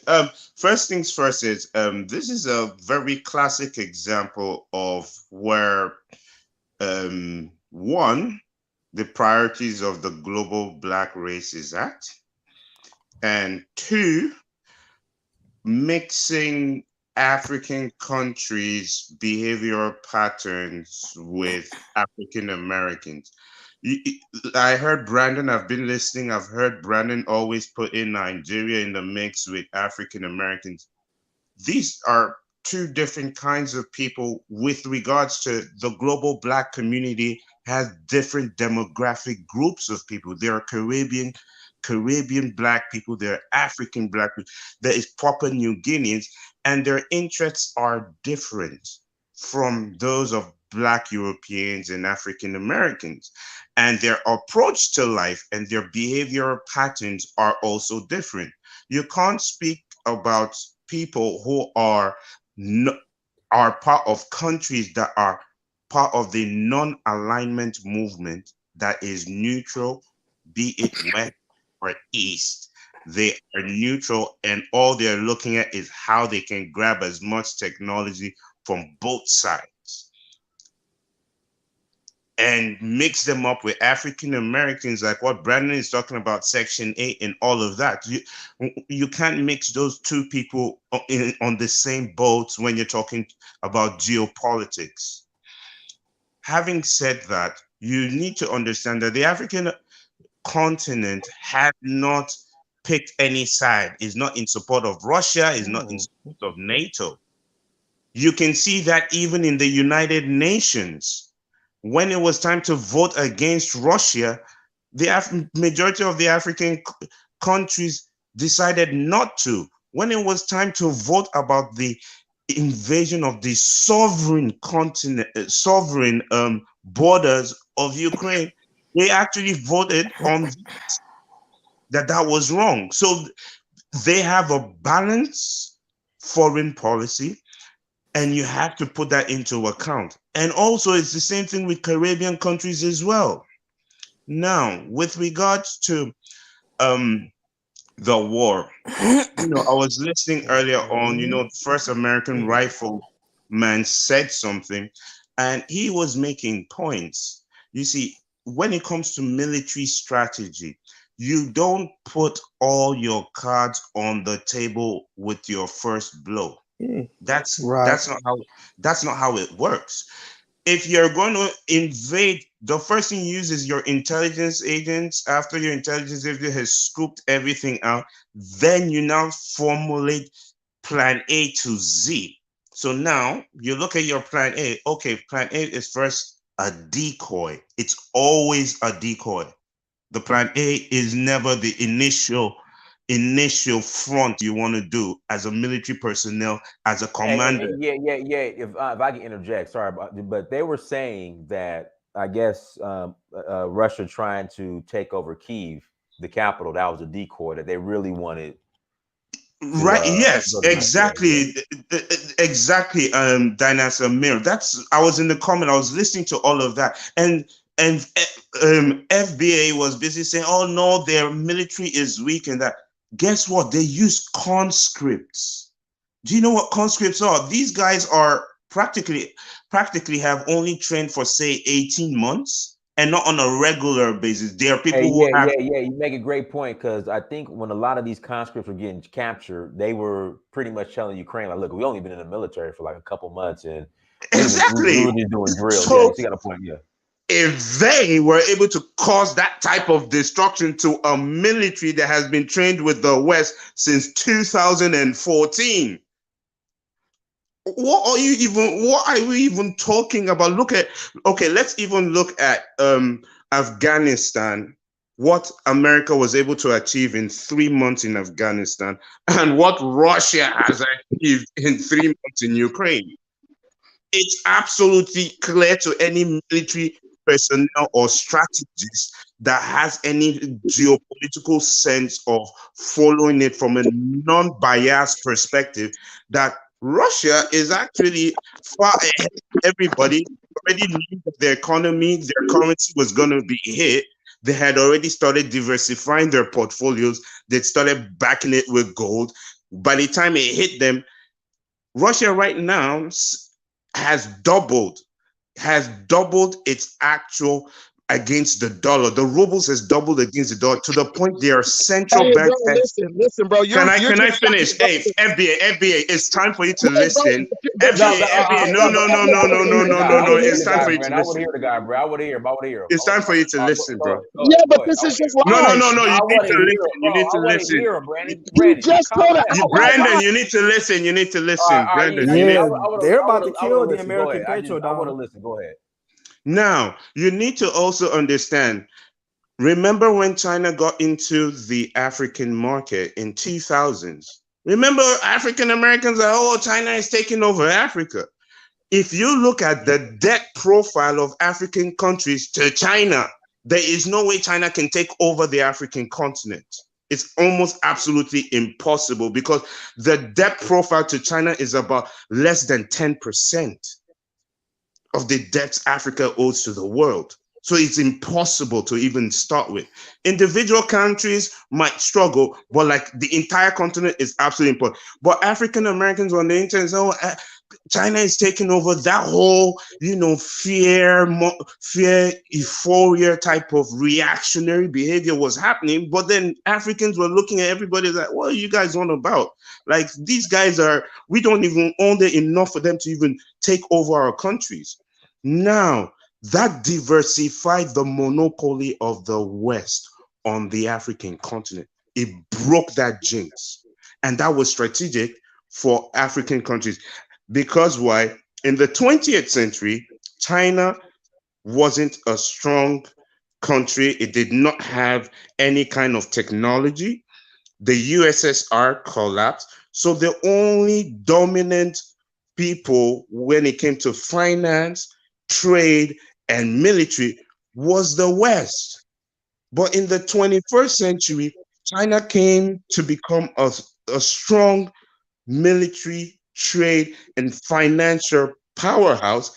And Russia emerged from its collapse of the Soviet Union and also has become a strong military force. Now, in the 20th century, Russia has been all about the sovereignty of African countries. You can look at Nigeria, Ajakuta Steel. You know that industrialization, the backbone of industrialization is for you to actually have steel plants. Now, Nigeria first went in the 70s to the US, EU. Yeah. Can I ask a quick question real quick? So can you sorry to go back some. Can you be specific and more clear on when you say that the ruble doubled against the dollar? Are you saying like at one time it was maybe a penny, like 3 ruble, three? I mean, can you be specific about that? Maybe it was like three Okay. pennies for every, or 3 cent US dollar, or three pennies for every US dollar. Now is maybe 6 pennies for every US dollar. Can you be more specific on that real quick? Then go ahead. Okay. I will be. I will be. 1 second. I'm actually going to read part of an article. Sorry. It says the central. I'm just looking for the article because the central bank of Russia is cutting interest rates. Is cutting interest rates because the ruble has doubled. Like, 1 second. Because I know the ruble is actually stronger now than it was before the war. Yeah. So Can I just give a quick how. summary? No, I'll just give him a quick summary if he wants to. Before the war started, Russia's ruble was $1 was 86 rubles or something around between high 70s and low 80s. And then once the sanctions started, it jumped all the way to 150, 150. Okay. But Okay, because there we of go. the monetary policies that they created, now it's all the way down to 55. So even before the war started, it was around 80. Now it's 55. So yeah, it has, but it's still nowhere near as strong as the US dollar. Like, let's not. I mean, Yeah. it's nowhere near. It's just relative to where they were. Yeah. Iyasu is correct. When we say doubled against the US dollar, it doesn't mean it's stronger. It means that where it was prior to the war, it went on a collapse. And then, everybody was saying that the Russian economy was going to collapse and all of that. But now their fiscal policies had stabilized their currency and had even made gains against the US dollar. So it's now talking about the gains of the currency versus the US dollar. So that means people looking at pre-conflict in Ukraine, what the currency was, are now saying, listen, the currency has actually doubled in its gain against the US dollar. Does that clarify everything from Okay, both that of our? clarifies. All right, now let's get back to Nigeria. Then I'll bring Brandon back on because I wanted to hear this. Then I'll bring Brandon back on, and then I got to let Black Lion go.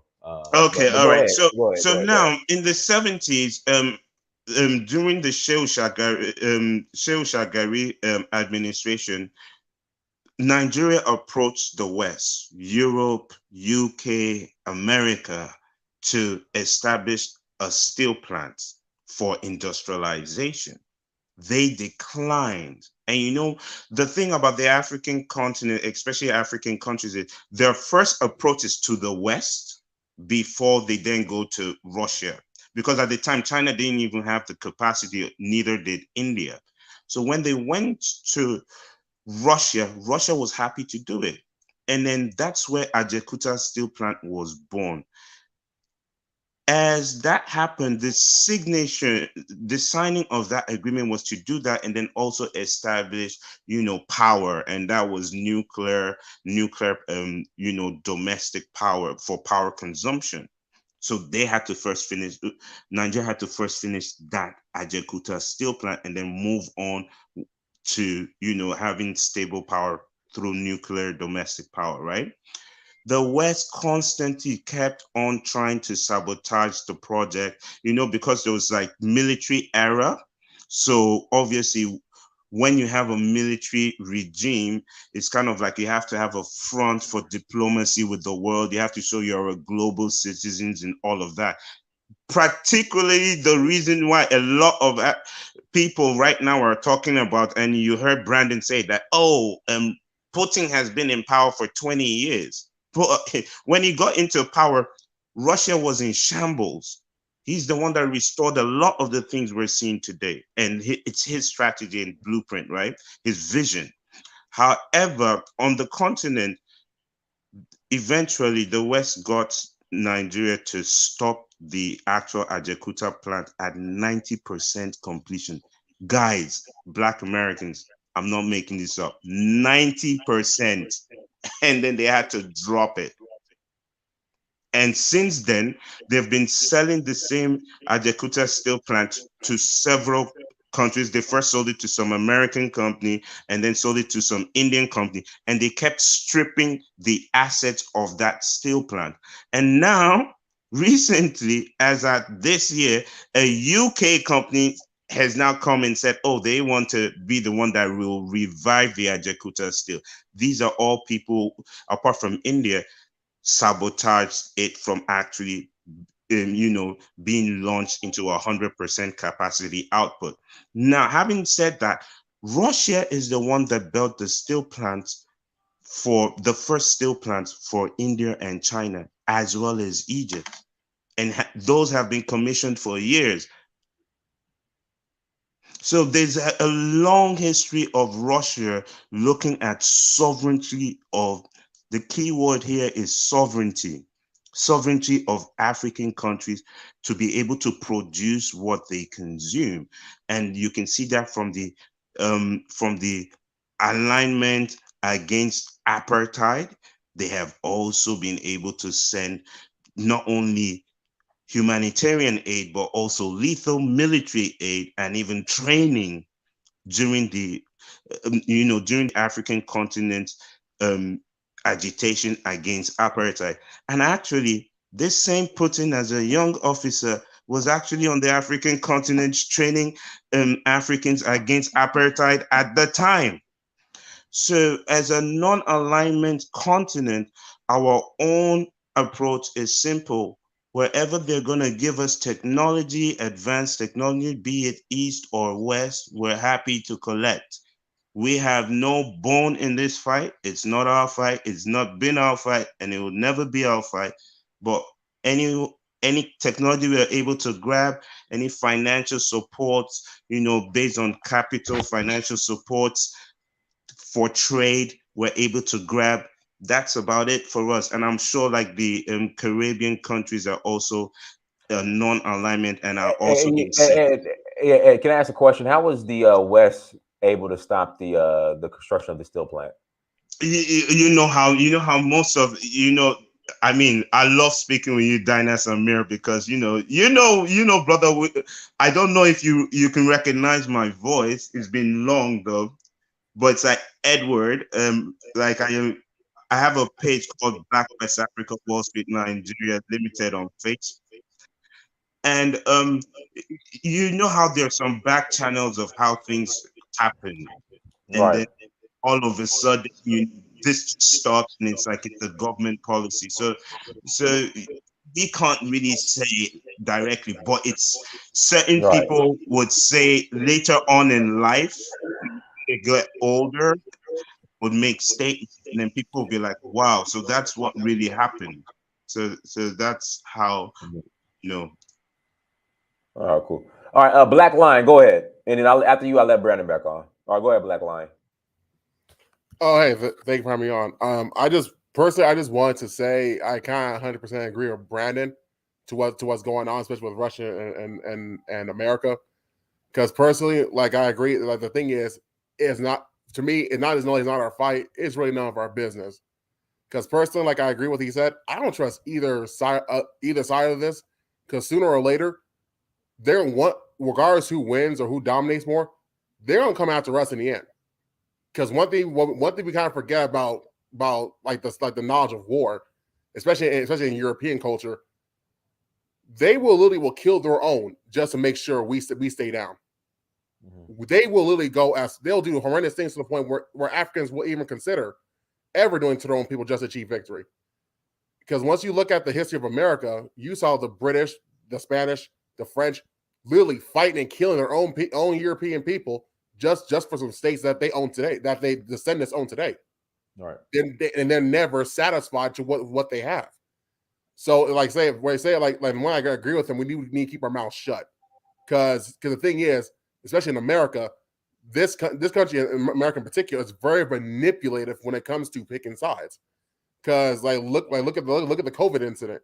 If you didn't agree to take their medical decision, not saying that because you're not trying to get canceled, but agree with their medical decision, they never manipulated the majority of their own people, friends and family, very close to them, they made them literally fight, argue, and separate just because they didn't agree with that medical decision.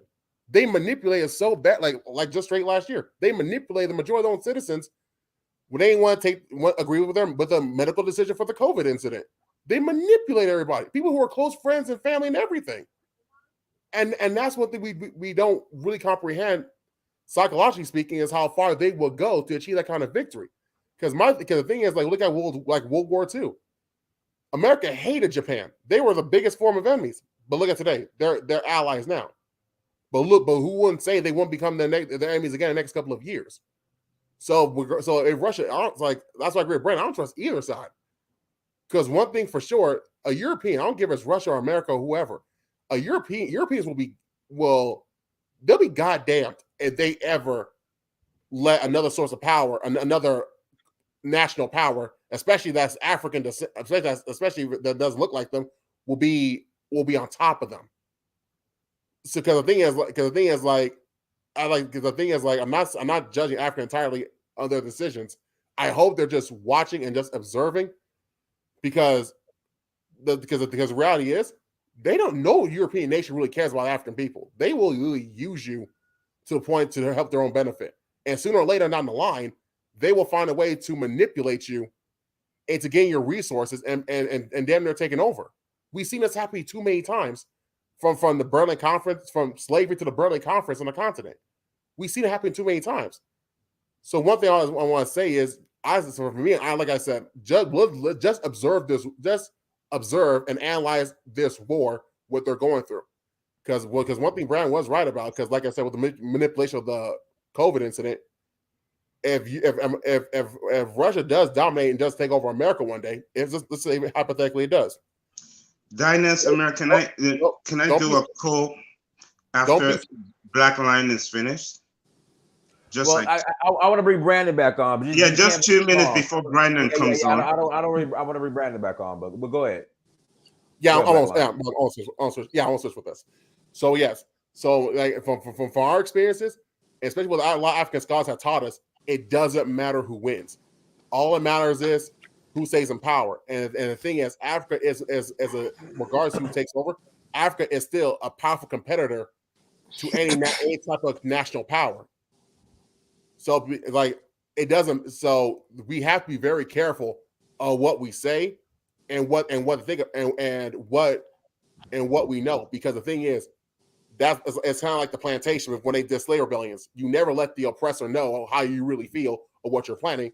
Otherwise, they'll be 3 steps ahead of you. So my thing is like I said, just observe this war, see how it turns out, and just prepare. Because regardless who we consider an ally today, will be literally an enemy tomorrow. And we understand how far Europeans will go to make sure they stay in the dominant position of power. Yes, sir. All right, go ahead, Ed, and then I'll bring Andy. So 2 minutes, and then I'll bring I'll bring Brandon back on. Go ahead. All right. Yeah, brilliant. So this is the thing with African Americans, right? You actually need to look at how the African continent broke the monopoly of the West from 2000 till present 2022. Remember that the technological leap that has happened from 2000 and 2022 currently was practically breaking the monopoly of the West. Remember that there was already mobile phones in the West, but they really didn't want to bring that technology into the African continent. There was already internet in the West. They didn't want to bring it to the continent. But then they went and brought China into the market, and China brought all this technology. So that didn't mean that they weren't doing business with the West, but they brought a competitor to the West and guess what happened? We prospered. We actually had a bit of leap forward. Now, when it comes to Russia, we have been observing, we are doing that strategically for decades now. So I think African Americans, it's the first time that you're witnessing like geopolitics and you're wondering the African stance and things like that. All you need to look at is how we got the Chinese into the African market from 2000 and seeing the prosperity that happened on the continent, the type of infrastructure that was established on the African continent. Look at what's happening in Ghana, Nigeria, Ethiopia, Kenya, Congo, Angola, since 2000s. And then from there, you'd start begin to understand geopolitics and how the African continent observes and plays a neutral role to get as much technology as it wants for its own empowerment. Now, with regards to Russia, Russia has been a country that has supported the sovereignty of African countries. It has always looked at industries that once those industries are built, the actual country would have its sovereignty. It will be able to stand by itself on its own 2 feet. I use Nigeria's Ajaokuta Steel as an example earlier on. I want to even add, do you know that the refineries that are moribund in Nigeria today, the largest exporter of crude oil on the African continent, was built by Russians? But anytime they do turnaround maintenance, they give it to all these European countries and American companies, and up to today, those refineries have not been able to give 100% output of refined products. Let me bring Brandon back on. All right, no problem. All right, Brandon, open the cage. We're gonna open up the cage. The cage is open. Go ahead, Brandon. Can you guys hear me okay? Go ahead. So we love lies as long as they're told slowly. The guy talks about you can't correlate African Americans and Africans living in Africa, not realizing many Africans in Africa depend on money that is sent to them from Africans living in America. African Americans now, we are going to Africa in huge numbers, really in both like strengthening African economy. No, we're going to huge. Anyway, the whole point is any man who, when you ask him to elaborate on what he's talking about, starts stuttering, he's just talking out the side of his neck. Russia is not gonna save FBA, Dynasty, right? FBA, right? Give me specifics. No, wait 1 second. FBA, if you are, hold on, you shouldn't turn this that way. Hold on, and let me do this because be fair. I'm gonna let Brandon finish. But you can't allow this type of conversation. You should ask if you're gonna come at me. Give specifics. Ask me a question. I will give you the response. Okay. But if you're not doing that, do not attack my person. Let's stick to the facts. Okay. Ed, do this. Brandon, he has a great point. Brandon, ask him a question. This is what I'm gonna do. You asked him to explain when he said that the ruble is worth double than the dollar. He literally tried to change what he was saying because he knew he couldn't explain it because it wasn't true. He tried to say, oh, it doubled against the dollar. His first assertion was that it was worth twice as much as the dollar. The second one was when you ask him another question, he starts trying to go into, oh, Dynast, you remember me from back in the day, and a lot. No, Brandon, that's incorrect. Come on, man. Come on, we was here for it. We was here for it. Dynast, Amir, you cannot allow people to twist people's words on this panel because of the audience. You shouldn't allow it to happen. Okay. So Brandon, what do you? Okay, Brandon, let's do this. What do you disagree with Ed at? Can you tell him what you disagree with him at so he can respond? Go ahead. You know, it's really hard to disagree with him because he doesn't really have any explanations for what he's saying. He's kind of like talking to the crowd, right? Like saying things Yeah, come everybody on, wants to hear.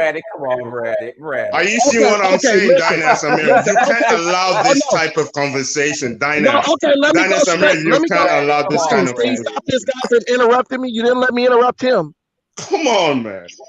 All right, The Brad, whole go ahead, point. Brad, go ahead. Okay, the guy tried to say that the ruble was worth twice as much as a dollar. Then Liz saved him because when you asked him to explain it, he started stuttering. Even Liz in the back chat was like, "Bro, I just said something because I was tired of hearing him stutter." That's what happened. That's a lie. That's you got to think about when people say stuff like that, and then you have to question the next thing they say whether it's valid. The next thing was United States stopped some oil refinery or something from being built or whatever. You asked them, you said, how did they do that? Oh, Dynas, you remember me and there's certain back channels and all this stuff. We don't need The, conspiracy. We need to know Brandon, what's the really going. question is, what do you disagree with? We want to know This that. is what We want to know I'm your telling question. you. The Right. ruble is not worth more than the. I don't Can I agree that the ruble. respond? Can I respond? Damn, bro. These guys just get to interrupt. The point is, bro, you're not even Can I qualified respond? to talk about this. Because You're just making up stuff. Brother, You're can you making please up have order? things. We let you speak for like 5 to 10 minutes straight, and no one yeah, disturbs you. but Can you let he's the other not. guy speak, man? Okay, you got a Bro, point. Dude, you were guys talking a doesn't lot of care about bullshit, that. but we let you As long speak, as a man. guy can disrespect You me, were but I you come on the channel, I give nothing but facts. Haven't been wrong yet. Dynas, You you're been so wrong, Brad. desperate You to have been somebody wrong, prove Brad. me wrong, You been you will wrong, make Brad. an You been wrong. unfair. No, I'm Brad, you not. been wrong. You have to But make an go, Brad, okay, unfair Brad, go playing ahead. field. Okay, Brad, go ahead. Go ahead. No, I'm gonna tell you what I disagree with this channel. When I've been wrong I've been right every time. So you can get somebody to prove me wrong. You will create an unfair circumstances to try to make this idiot seem like he knows what he's talking about. All And right, he why you doesn't. gotta Brad, He insult that hold man doesn't. on, like that, man? Brad, That's If Brad, you why you want to say unnecessary, keep wrong? the Are bro. you win, seeing don't what I'm play. talking about? Why Bro, you say that Brad? that was uncalled for. Come on, man. Are you Oh, seeing what I'm talking about? Why you Like bro, say Brad, Dynasty, Brad? can you do something? the Can you do game is Okay, something? rigged. Dynasty, The can you game do Diners, is can I rigged. make something? an actual point? Can I I make wouldn't an even actual say rebuttal nothing to what about you he if you said? would shut up and let. Sure. Wait, hold on. Hold on. If you would shut up and let me make my point, I wouldn't say anything about you. But then when you start trying to overtalk me, when I was in the back, so I couldn't overtalk you, you talked uninterrupted for 10 fucking minutes, dude, and you can't shut up for 5 minutes to let me say what I'm gonna say. That makes you sound like a person who doesn't know what you're talking about because you gotta interrupt me. You lied. You lied. Everything you said was a lie. And then when Darius asked you to elaborate on it, you couldn't explain anything. You're a con artist. That's all it is. Brad, why you so mad, Brad? Brad, why you so mad? No, Like Darius, this because shit, this is bro. the no, because Dang, no. Oh Damn, my Brad. gosh, man. That's really pretty quick. the guy's just a con artist, man. I understand a Jamaican trying to Brandon, run his no, con. now Brandon, Brad. you have made your point. So can I counter him now, Dynas? Can I counter his Hold on, argument? Brad. How's he? Brad, hold on, Brad. How's he a con? Who's he conning, Brad? How's he a Bro, con? when a man listen, when a man makes an assertion concerning geopolitical like advancement, and then you ask him, "Hey, explain this," and he starts, and then another guy has to step in and explain it for him. That's a con artist because they're making you believe that they No, know more about something than they do. Bro, Dynas, if you ask me to explain something, I'm coming with the explanation fast. It ain't even. I don't need to wait because I know what I go straight from point A to point B, and I have a clear understanding of it. We are grown. There ain't no room for stuttering and all that stuff. If you know so much, it should be concise and efficient. It shouldn't be all this stuff. And you did that several times. Then you tried to deflect the third time. Bro, I'm on to you. You're Connors. You don't know anything about what you're talking about.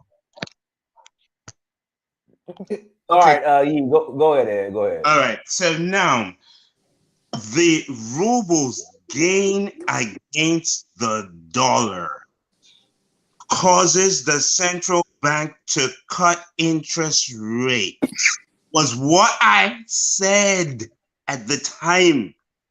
I did not say, I did not say the ruble doubled. The ruble doubles more than the US dollars. Gain again, I think if you understand economic term, when you say gain against the dollar, doesn't mean it's bro more than the dollar. That means that if a Dynast, can I currency please was like, rebut to them afterwards?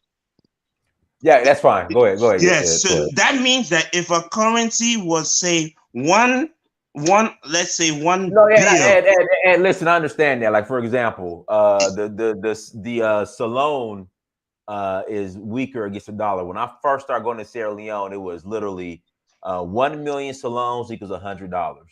Exactly. Now it's like 1,200,000 Salones equals $100. So I get it. Go ahead. Yes, so now that means that it's wait, listen, Brandon, wait, you were speaking. See, man, you do the same Brandon, thing, Brandon. Do the same thing. Or go ahead.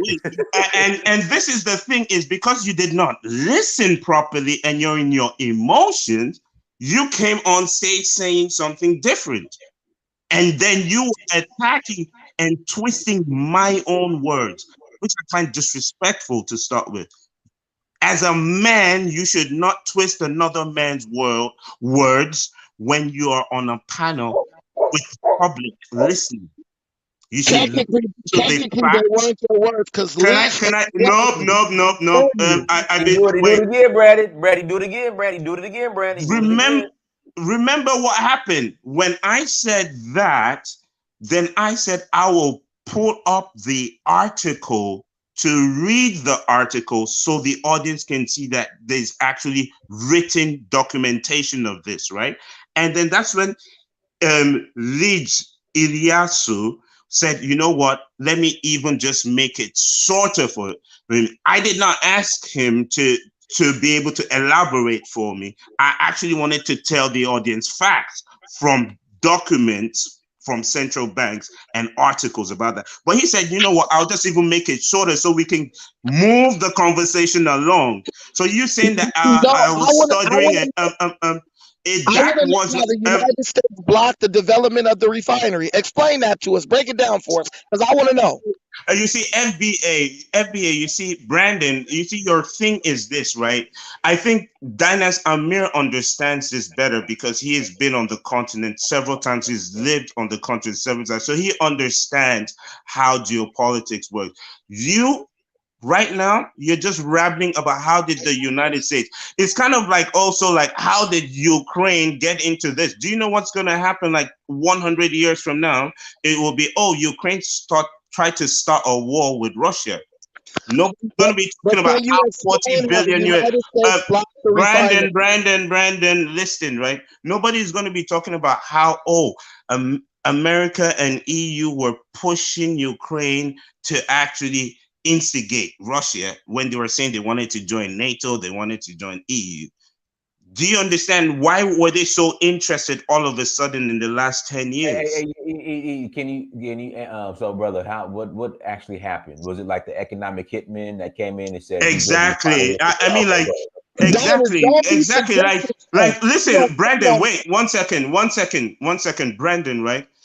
You need to actually listen and you need to actually read more. I don't know who you think you're training with in your gym and they're telling you what they're telling you, and you only having your own source of information from a Western perspective. But if you have contacts to chiefs like Dynast Amir, you have contacts to government officials on the African continent, your perspective will be a bit more balanced than what you're talking about today, because what you're saying, to be honest, is pathetic. Okay, so hold on. I got a super chat. Hey, y'all, shout out to Tommy for the $10 holla. Shout out to Tommy for the $10 holla. Oh, go ahead. Okay, so I have concluded. Wait, Brandon, Brandon, I have finished with that interest rate issues. No, bro. Brandon, wait a minute. Wait, Brandon. I have now countered your perspective on the interest rates of the ruble against the dollar. I hope you understood what we were talking about at that time. How did the Now, United States wait. the Oh refinery? my days! That's all I Listen, Brandon. Oh my God, man, you're acting up real bad. I don't know what it is with you. You're reactionary and emotional about something that, to be honest, everybody is calm and just observing at this point, like us Africans at least. Even the So, audience wants to we need know. now, and then you said everything else is non-factual. Actually, you can actually go to the Ajakuta steel plant. You can actually go and see it. Do you understand? You can go to the Nigerian refineries. You can see them. You can see that it was all Russians that were building those. It wasn't Americans. It wasn't Europeans. Yeah. But did I answer the question? Was it the economic hitmen that came in? Yes. Okay. And you need to read about how Europe there's a book you need to read it, how Europe economic hitmen. I've forgotten the full quote of it, but how Europe. You read the book. Explain it to us. Oh my days. Okay. Basically, so basically FBA, right? Brandon, I'm gonna break it down easy for you. Basically, the West in the 20. You gotta explain to us how the United States stopped that refinery. Yes, now I'm gonna even tell you how right now. If you can just shut up for a bit, I'll tell you how in 3 minutes. 3 minutes. In the 20th century, when there was when the African countries and Caribbean countries were getting their independence, next thing after the colonialists lowered their political flag, but they still had their institutions within these countries. What happened was they then came back with what the world they established the World Bank and the IMF, and then they came back with what? World Bank loans of the London Club and the Paris Club, and then gave this to, after several coups d'etats that they did around the world, that obviously is part of behind the scenes that happened. They gave all these loans to African countries, majority of African countries. I think Ethiopia did not take those loans, right? Hey, can I ask you a question real quick? No. I said 3 minutes. I'm not even finished with 1 minute, and you already interrupted. 30 minutes. No. You asked me right now how, so I'm telling you now, and I haven't even finished in 1 minute. I was literally looking at my time. Now, after that had happened, the next thing that happened was when these countries had these loans already taken from America, from the World Bank and the IMF, right? The Americans' Federal Reserve, and they took these loans in the US dollar because the US dollar became the reserve currency of the world, right? Brandon, the Federal Reserve increased the interest rate on the US dollar. That means those loans quadrupled, and the countries weren't able to listen. This is where geopolitics becomes interesting. The countries weren't able to pay back those loans. Instead, they were paying the interest on those loans. So do you think if you said that's going to make you lose sight of the fact that you're not answering the question I'm asking? You're talking about Brandon. I still have 1 minute, right? Bro. Now, Brandon, do you understand when they give a country a loan, right? The country is going to be paying back that loan. Now, if you increase the interest on the currency that you gave that loan to that country with, it's just like your bank.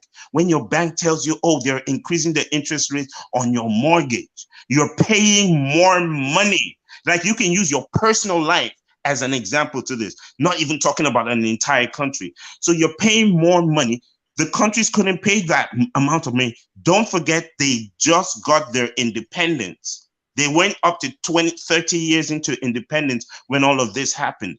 Now, they only were able to pay the interest, and then the World Bank and IMF brought a proposal, a policy called the Structural Adjustment Programs that cut all the social fundings, that is primary health care and all the other policies that the governments were doing for the people.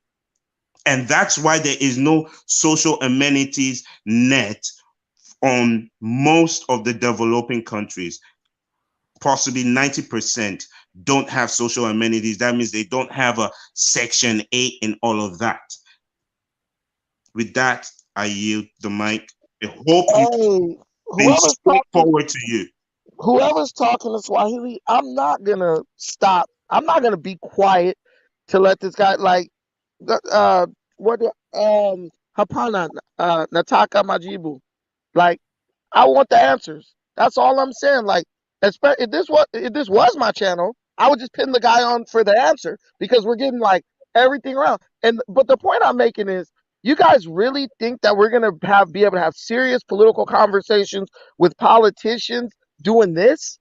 Where it's like, you can't. This is the same thing FBA ADOS does. Whenever you ask them, well, how much reparations you want and where's your agenda to do it, it's just waffling. It's just somebody saying shit they didn't heard on the internet over and over, never doing any real research on anything, just kind of throwing it out there. And because we are also watching the same internet and have a limited amount of information, we believe that this stuff is true. That's called confirmation bias, where you know so little about something that you think you have a grasp on it.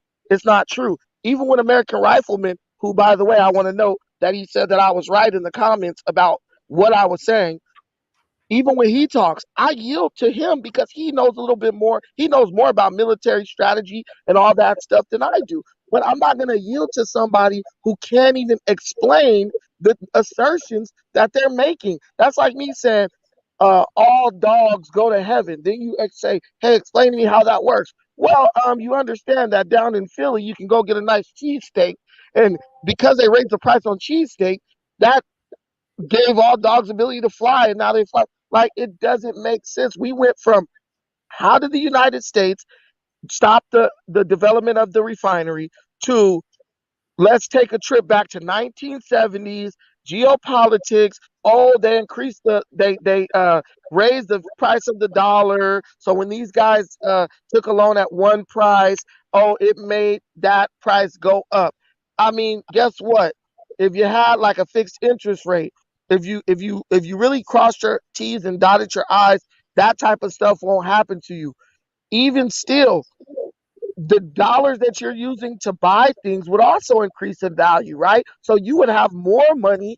The money you have would be worth more. So when you pay it back, then you should have it should it should kind of balance out, right? If it's inflating the value of something.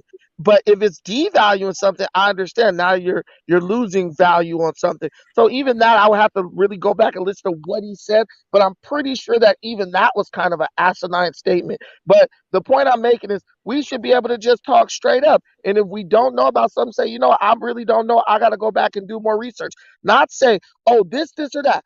Oh, okay, explain it. Oh, I got to go pull up this article and read it to you. If you read the article, you should be able to retain the information. If you can't retain the information, then you don't need to be speaking on it. Because even in school, you get a test. They don't let you go back to the book and look at the book and take the test. You got to remember what you're talking about so that you can explain it. If you don't, you got a lot of people in the audience who are like, oh, see, you learning something. You guys aren't learning anything. You guys are learning a talking point without knowing any of the context, any of the inner workings of the argument. So all you're going to do is go and be looking like an idiot, saying things that you don't even understand. And then when someone like me comes along and says, explain this, you're going to be looking dumb, stuttering, trying to figure something out. We got to stop being in that position, bro. This is why we lose every time in politics, because we only attach ourselves. We cling to slogans. We cling to titles and certain talking points. We don't really grasp the context of a lot of stuff. All I'm saying is, Russia, America, they're both crap. The difference between America is, there's a lot of government programs, entitlements, things like that benefit people. Like, people are literally, white folks go to other countries and retire in those countries.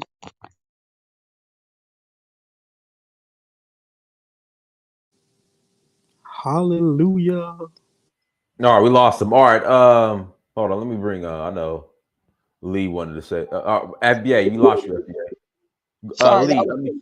Go ahead. Brandon. Oh, go ahead, Lee. Go ahead, Lee. Yeah, I just wanted to say one thing. Can you guys hear me? Yeah. Loud and clear. Yeah, sorry. I just wanted to say one thing that Yaid said. You know, we asked you a simple question, and then you went on about the debt traps back in the 80s and 90s. This is basic stuff that everyone knows already. We're talking about why Africa should support Russia over America. If Russia was in a position to debt trap you, it would do that as well. This is just geopolitics. If you have power over someone, you utilize it. It's nothing different. So you should be talking about how he you specific wait, brother. Can I? he My has to God, bro, can I? Can brother? he I was specifically quiet asked the whole me. time listening to you, sir. I know. I'm just Okay, telling you and why I did it. Ed, I want to hear the guy. Ed, I want to hear him. I mean, I think it's fair. I want to hear him. Go ahead, Lee. like I never disturbed you once, man. Can you just give me space? And secondly, moving on to what you were talking about. Oh, Russia's currency is strengthening. Bro, this is all smoke and mirrors. If you understand monetary policy, what is doing right now is it's cutting off most of its demands from the West. So it's not importing a lot of things, and it's also cutting off the ability for you to send money overseas. I actually have a Kenyan friend who's a lecturer in Russia, in St. Petersburg, and he can't even send money to Kenya anymore. That's how tight their monetary policy is these days. You cannot run a country like that for too long before things start going south. Even the central bank, I put a link in the private chat. Any of you can find it there. This is the president of the central bank, the vice president of the Russian central bank, saying that if we continue to cut our imports of machinery and tools, our industries within Russia are going to suffer within the next two financial quarters because our storages are running low and so on and so forth. So what they are doing right now to try and make the ruble look strong is actually going to hurt the economy of Russia in the long term a lot because pretty much the currency strength pretty much comes from its demand in the global market. So if you are importing a lot of things while exporting very little, your currency is going to be weak. If you're exporting a lot while you're importing little, your currency is going to be relatively strong. What Russia is doing to try and strengthen its currency is it's cutting off a lot of its imports, so things that it was buying, it's cutting it off and hurting its people, and also uh, pretty much cutting its people off from from the global financial market, meaning they can't buy stuff from international market, they can't send money, and so on and so forth. And also, that's how it's pretty much doing. It's smoke and mirrors, man. It's not really that the currency is strengthening. And yeah, please, man, like stop spreading Russian propaganda here. Like, if you really want to, because you came here and you said we don't know what we're talking about, and this is what I want to say: you actually don't know what you're talking about. Can I? Go ahead. Go ahead. Go ahead.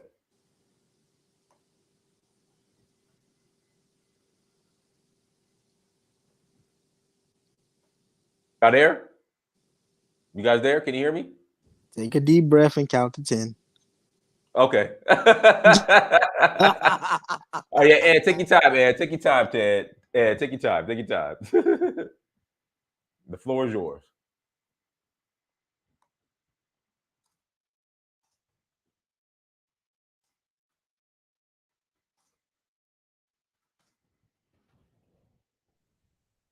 Yo, by the way, yeah, I know the book. The book you mentioned was How Europe Underdeveloped Africa. Yeah, I know the book. I've read it. But I'm just saying it's not relevant to the discussion we're having now. So we're talking about if Russia is why Africa should support Russia, and I'm saying we should be neutral and hope that they go after. Oh, he left. Hey, I smoked him so hard he left. Oh, good lord. Oh, he left. Oh man. Okay, so what we'll do, we'll go ahead and close out. Unless Deontay, is there something else you want to share? I do support the idea that Africans should be more focused on ourselves. This whole white on white conflict between Ukraine and Russia between United States and Russia and Ukraine has zipped to do with us. However, from what I've seen, Russia is accomplishing most of its military objectives. They're not using their air force or their electronic warfare that they're known for whatever reason. I'm guessing they don't want to damage the infrastructure of the country. So that could be why it's taking them so long. And remember, we need to also remember that this war, for those of us who care, this war started 8 years ago, not 3 months ago. With that coup in 2014, that's what started it. So, but either way, I think black people should be playing both sides like we should be doing. We should be doing the work for our own people, for our own interests. Fuck everybody else, because nobody's doing shit for us. So I'm not, like I'm just being real, and that's all I'll say. All right, brother Ed is back. Go ahead. Unmute yourself, and then we'll close out after you finish. Okay, right. Sorry about that. My other phone went dead. So now, Ilyas, I heard what you were saying. First of all, I actually, my submission was clear. The first time Brandon came on and was saying, "Oh, I was just talking out my ass. I didn't know what I was saying." No. And when I was talking about the interest rates, I wasn't talking about the economy. I was talking about the interest rate of the rubles against the US dollars. And that's why you helped me to finish that statement, because I wanted to actually read an article. So I read a lot of documents. So it was something that I just knew that, oh, I read it. And so it's not about, oh, you have to put it all in your head. That's not why we are here. We're here debating about the stance of the African continent. And then when we're talking about how Europe deindustrialized the African continent, I put the link to the PDF in the private chat for everyone. I know, Brandon, you're right there. You can be able to click on it and download it and read. Now, with regards to young nations versus established nations that were already going through industrialization, don't forget, once the colonists were leaving the African continent, it wasn't as though, oh, they left everything running. An example is Zambia. Zambia used to export cotton to the UK. When the UK were leaving, they practically closed all the factories and everything and just left them with a whole lot of cotton without access to any market. So this was the situation in the 20th century. So why I brought up the World Bank and the IMF is because Brandon specifically asked me, how has the USA affected the African continent? And that's why that's why I had to go back to that and then bring that back up about, the 20th century, right? And when it came to me talking about the structural adjustment program, I think Brandon should know that I am actually Nigerian. So when I'm speaking about this, it's something that I experienced. It's not something I read on the internet. I think that is something that needs to be clear when we're speaking. And that's why I kept responding, kept telling, saying like, oh, Dynast Amir will be in a more stronger position to speak on these matters than Brandon. Because if you are having all your conversations from one perspective, you don't have a balanced view of the situations. For instance, I have the Western perspective, and I have also access to even government officials that I can actually speak over the phone with, and they will tell me, "Oh, you know what? This is our perspective on the situation."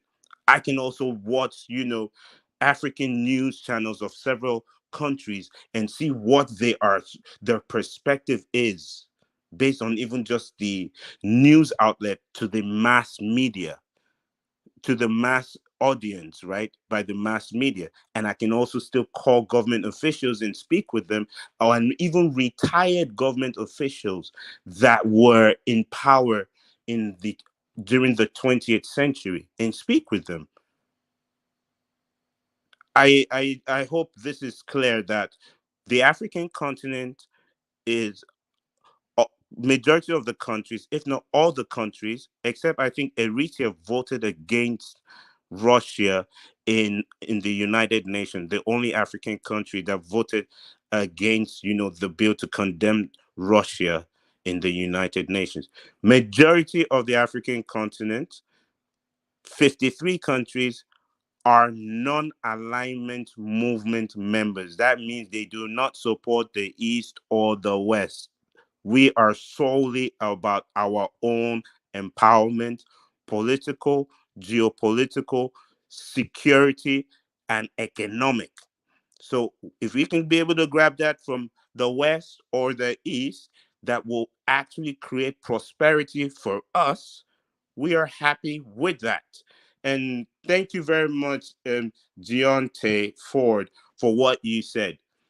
It's about ourselves. This is where it really gets real, Black people globally. It's about how we will empower ourselves, conflict or no conflict. But right now, using this conflict to judge our positions, some people are already saying, oh my God, man, we wouldn't want Russia to win, or we would want Russia to win. Oh my God, we want America. Oh, what will happen to Section 8? What will Those are all fear mongering. What we should be worried about is how do we establish ourselves? How do we gain more prosperity as a global people, considering the different demographic group of Black people's interests worldwide?